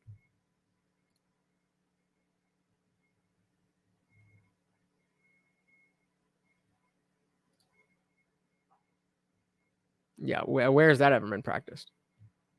So I think we're gonna have a crazy after party. I am very, very excited. If you are not a member of the Indian Jesus channel, then you definitely should be. It's free to join the Discord. You can join it for free. There is a whole channel that's just a free chat. We're in there all day hanging out. Shout out to Mr. Slip for starting the after party. If you want more than just that one channel, there's a whole bunch of channels, and the after party, which I am talking about right now. Slip is already waiting. He is on screen, not stuck behind his keyboard. He can cam up if he wants to. He doesn't have to. Either way, it is a grand old time. Definitely come and join us. Chester, I really, really, really want to see you in the after party. I want to hear this argument because I think it was a great one. But definitely check out the rest of the You're Welcome podcast with Ashley St. Clair. I think it's the Plain Gate stuff was really the most important stuff, but there's other stuff in there as well. Michael Malice is always good to listen to. But I think we get the point here, and I think it's a good conversation to kind of bring a lot of issues that maybe we don't get to focus on as much anymore. They kind of were sectioned up the podcast pretty easily for us, and I couldn't pass it up. So I enjoyed this conversation a lot. I hope you guys did as well. Thank you so much for being here. Thank you once again. This is Morty, and I have been your host, Lutch, aka the Indian Jesus, here to resurrect the second coming of common sense. Until next time, guys, I am out of here. Peace.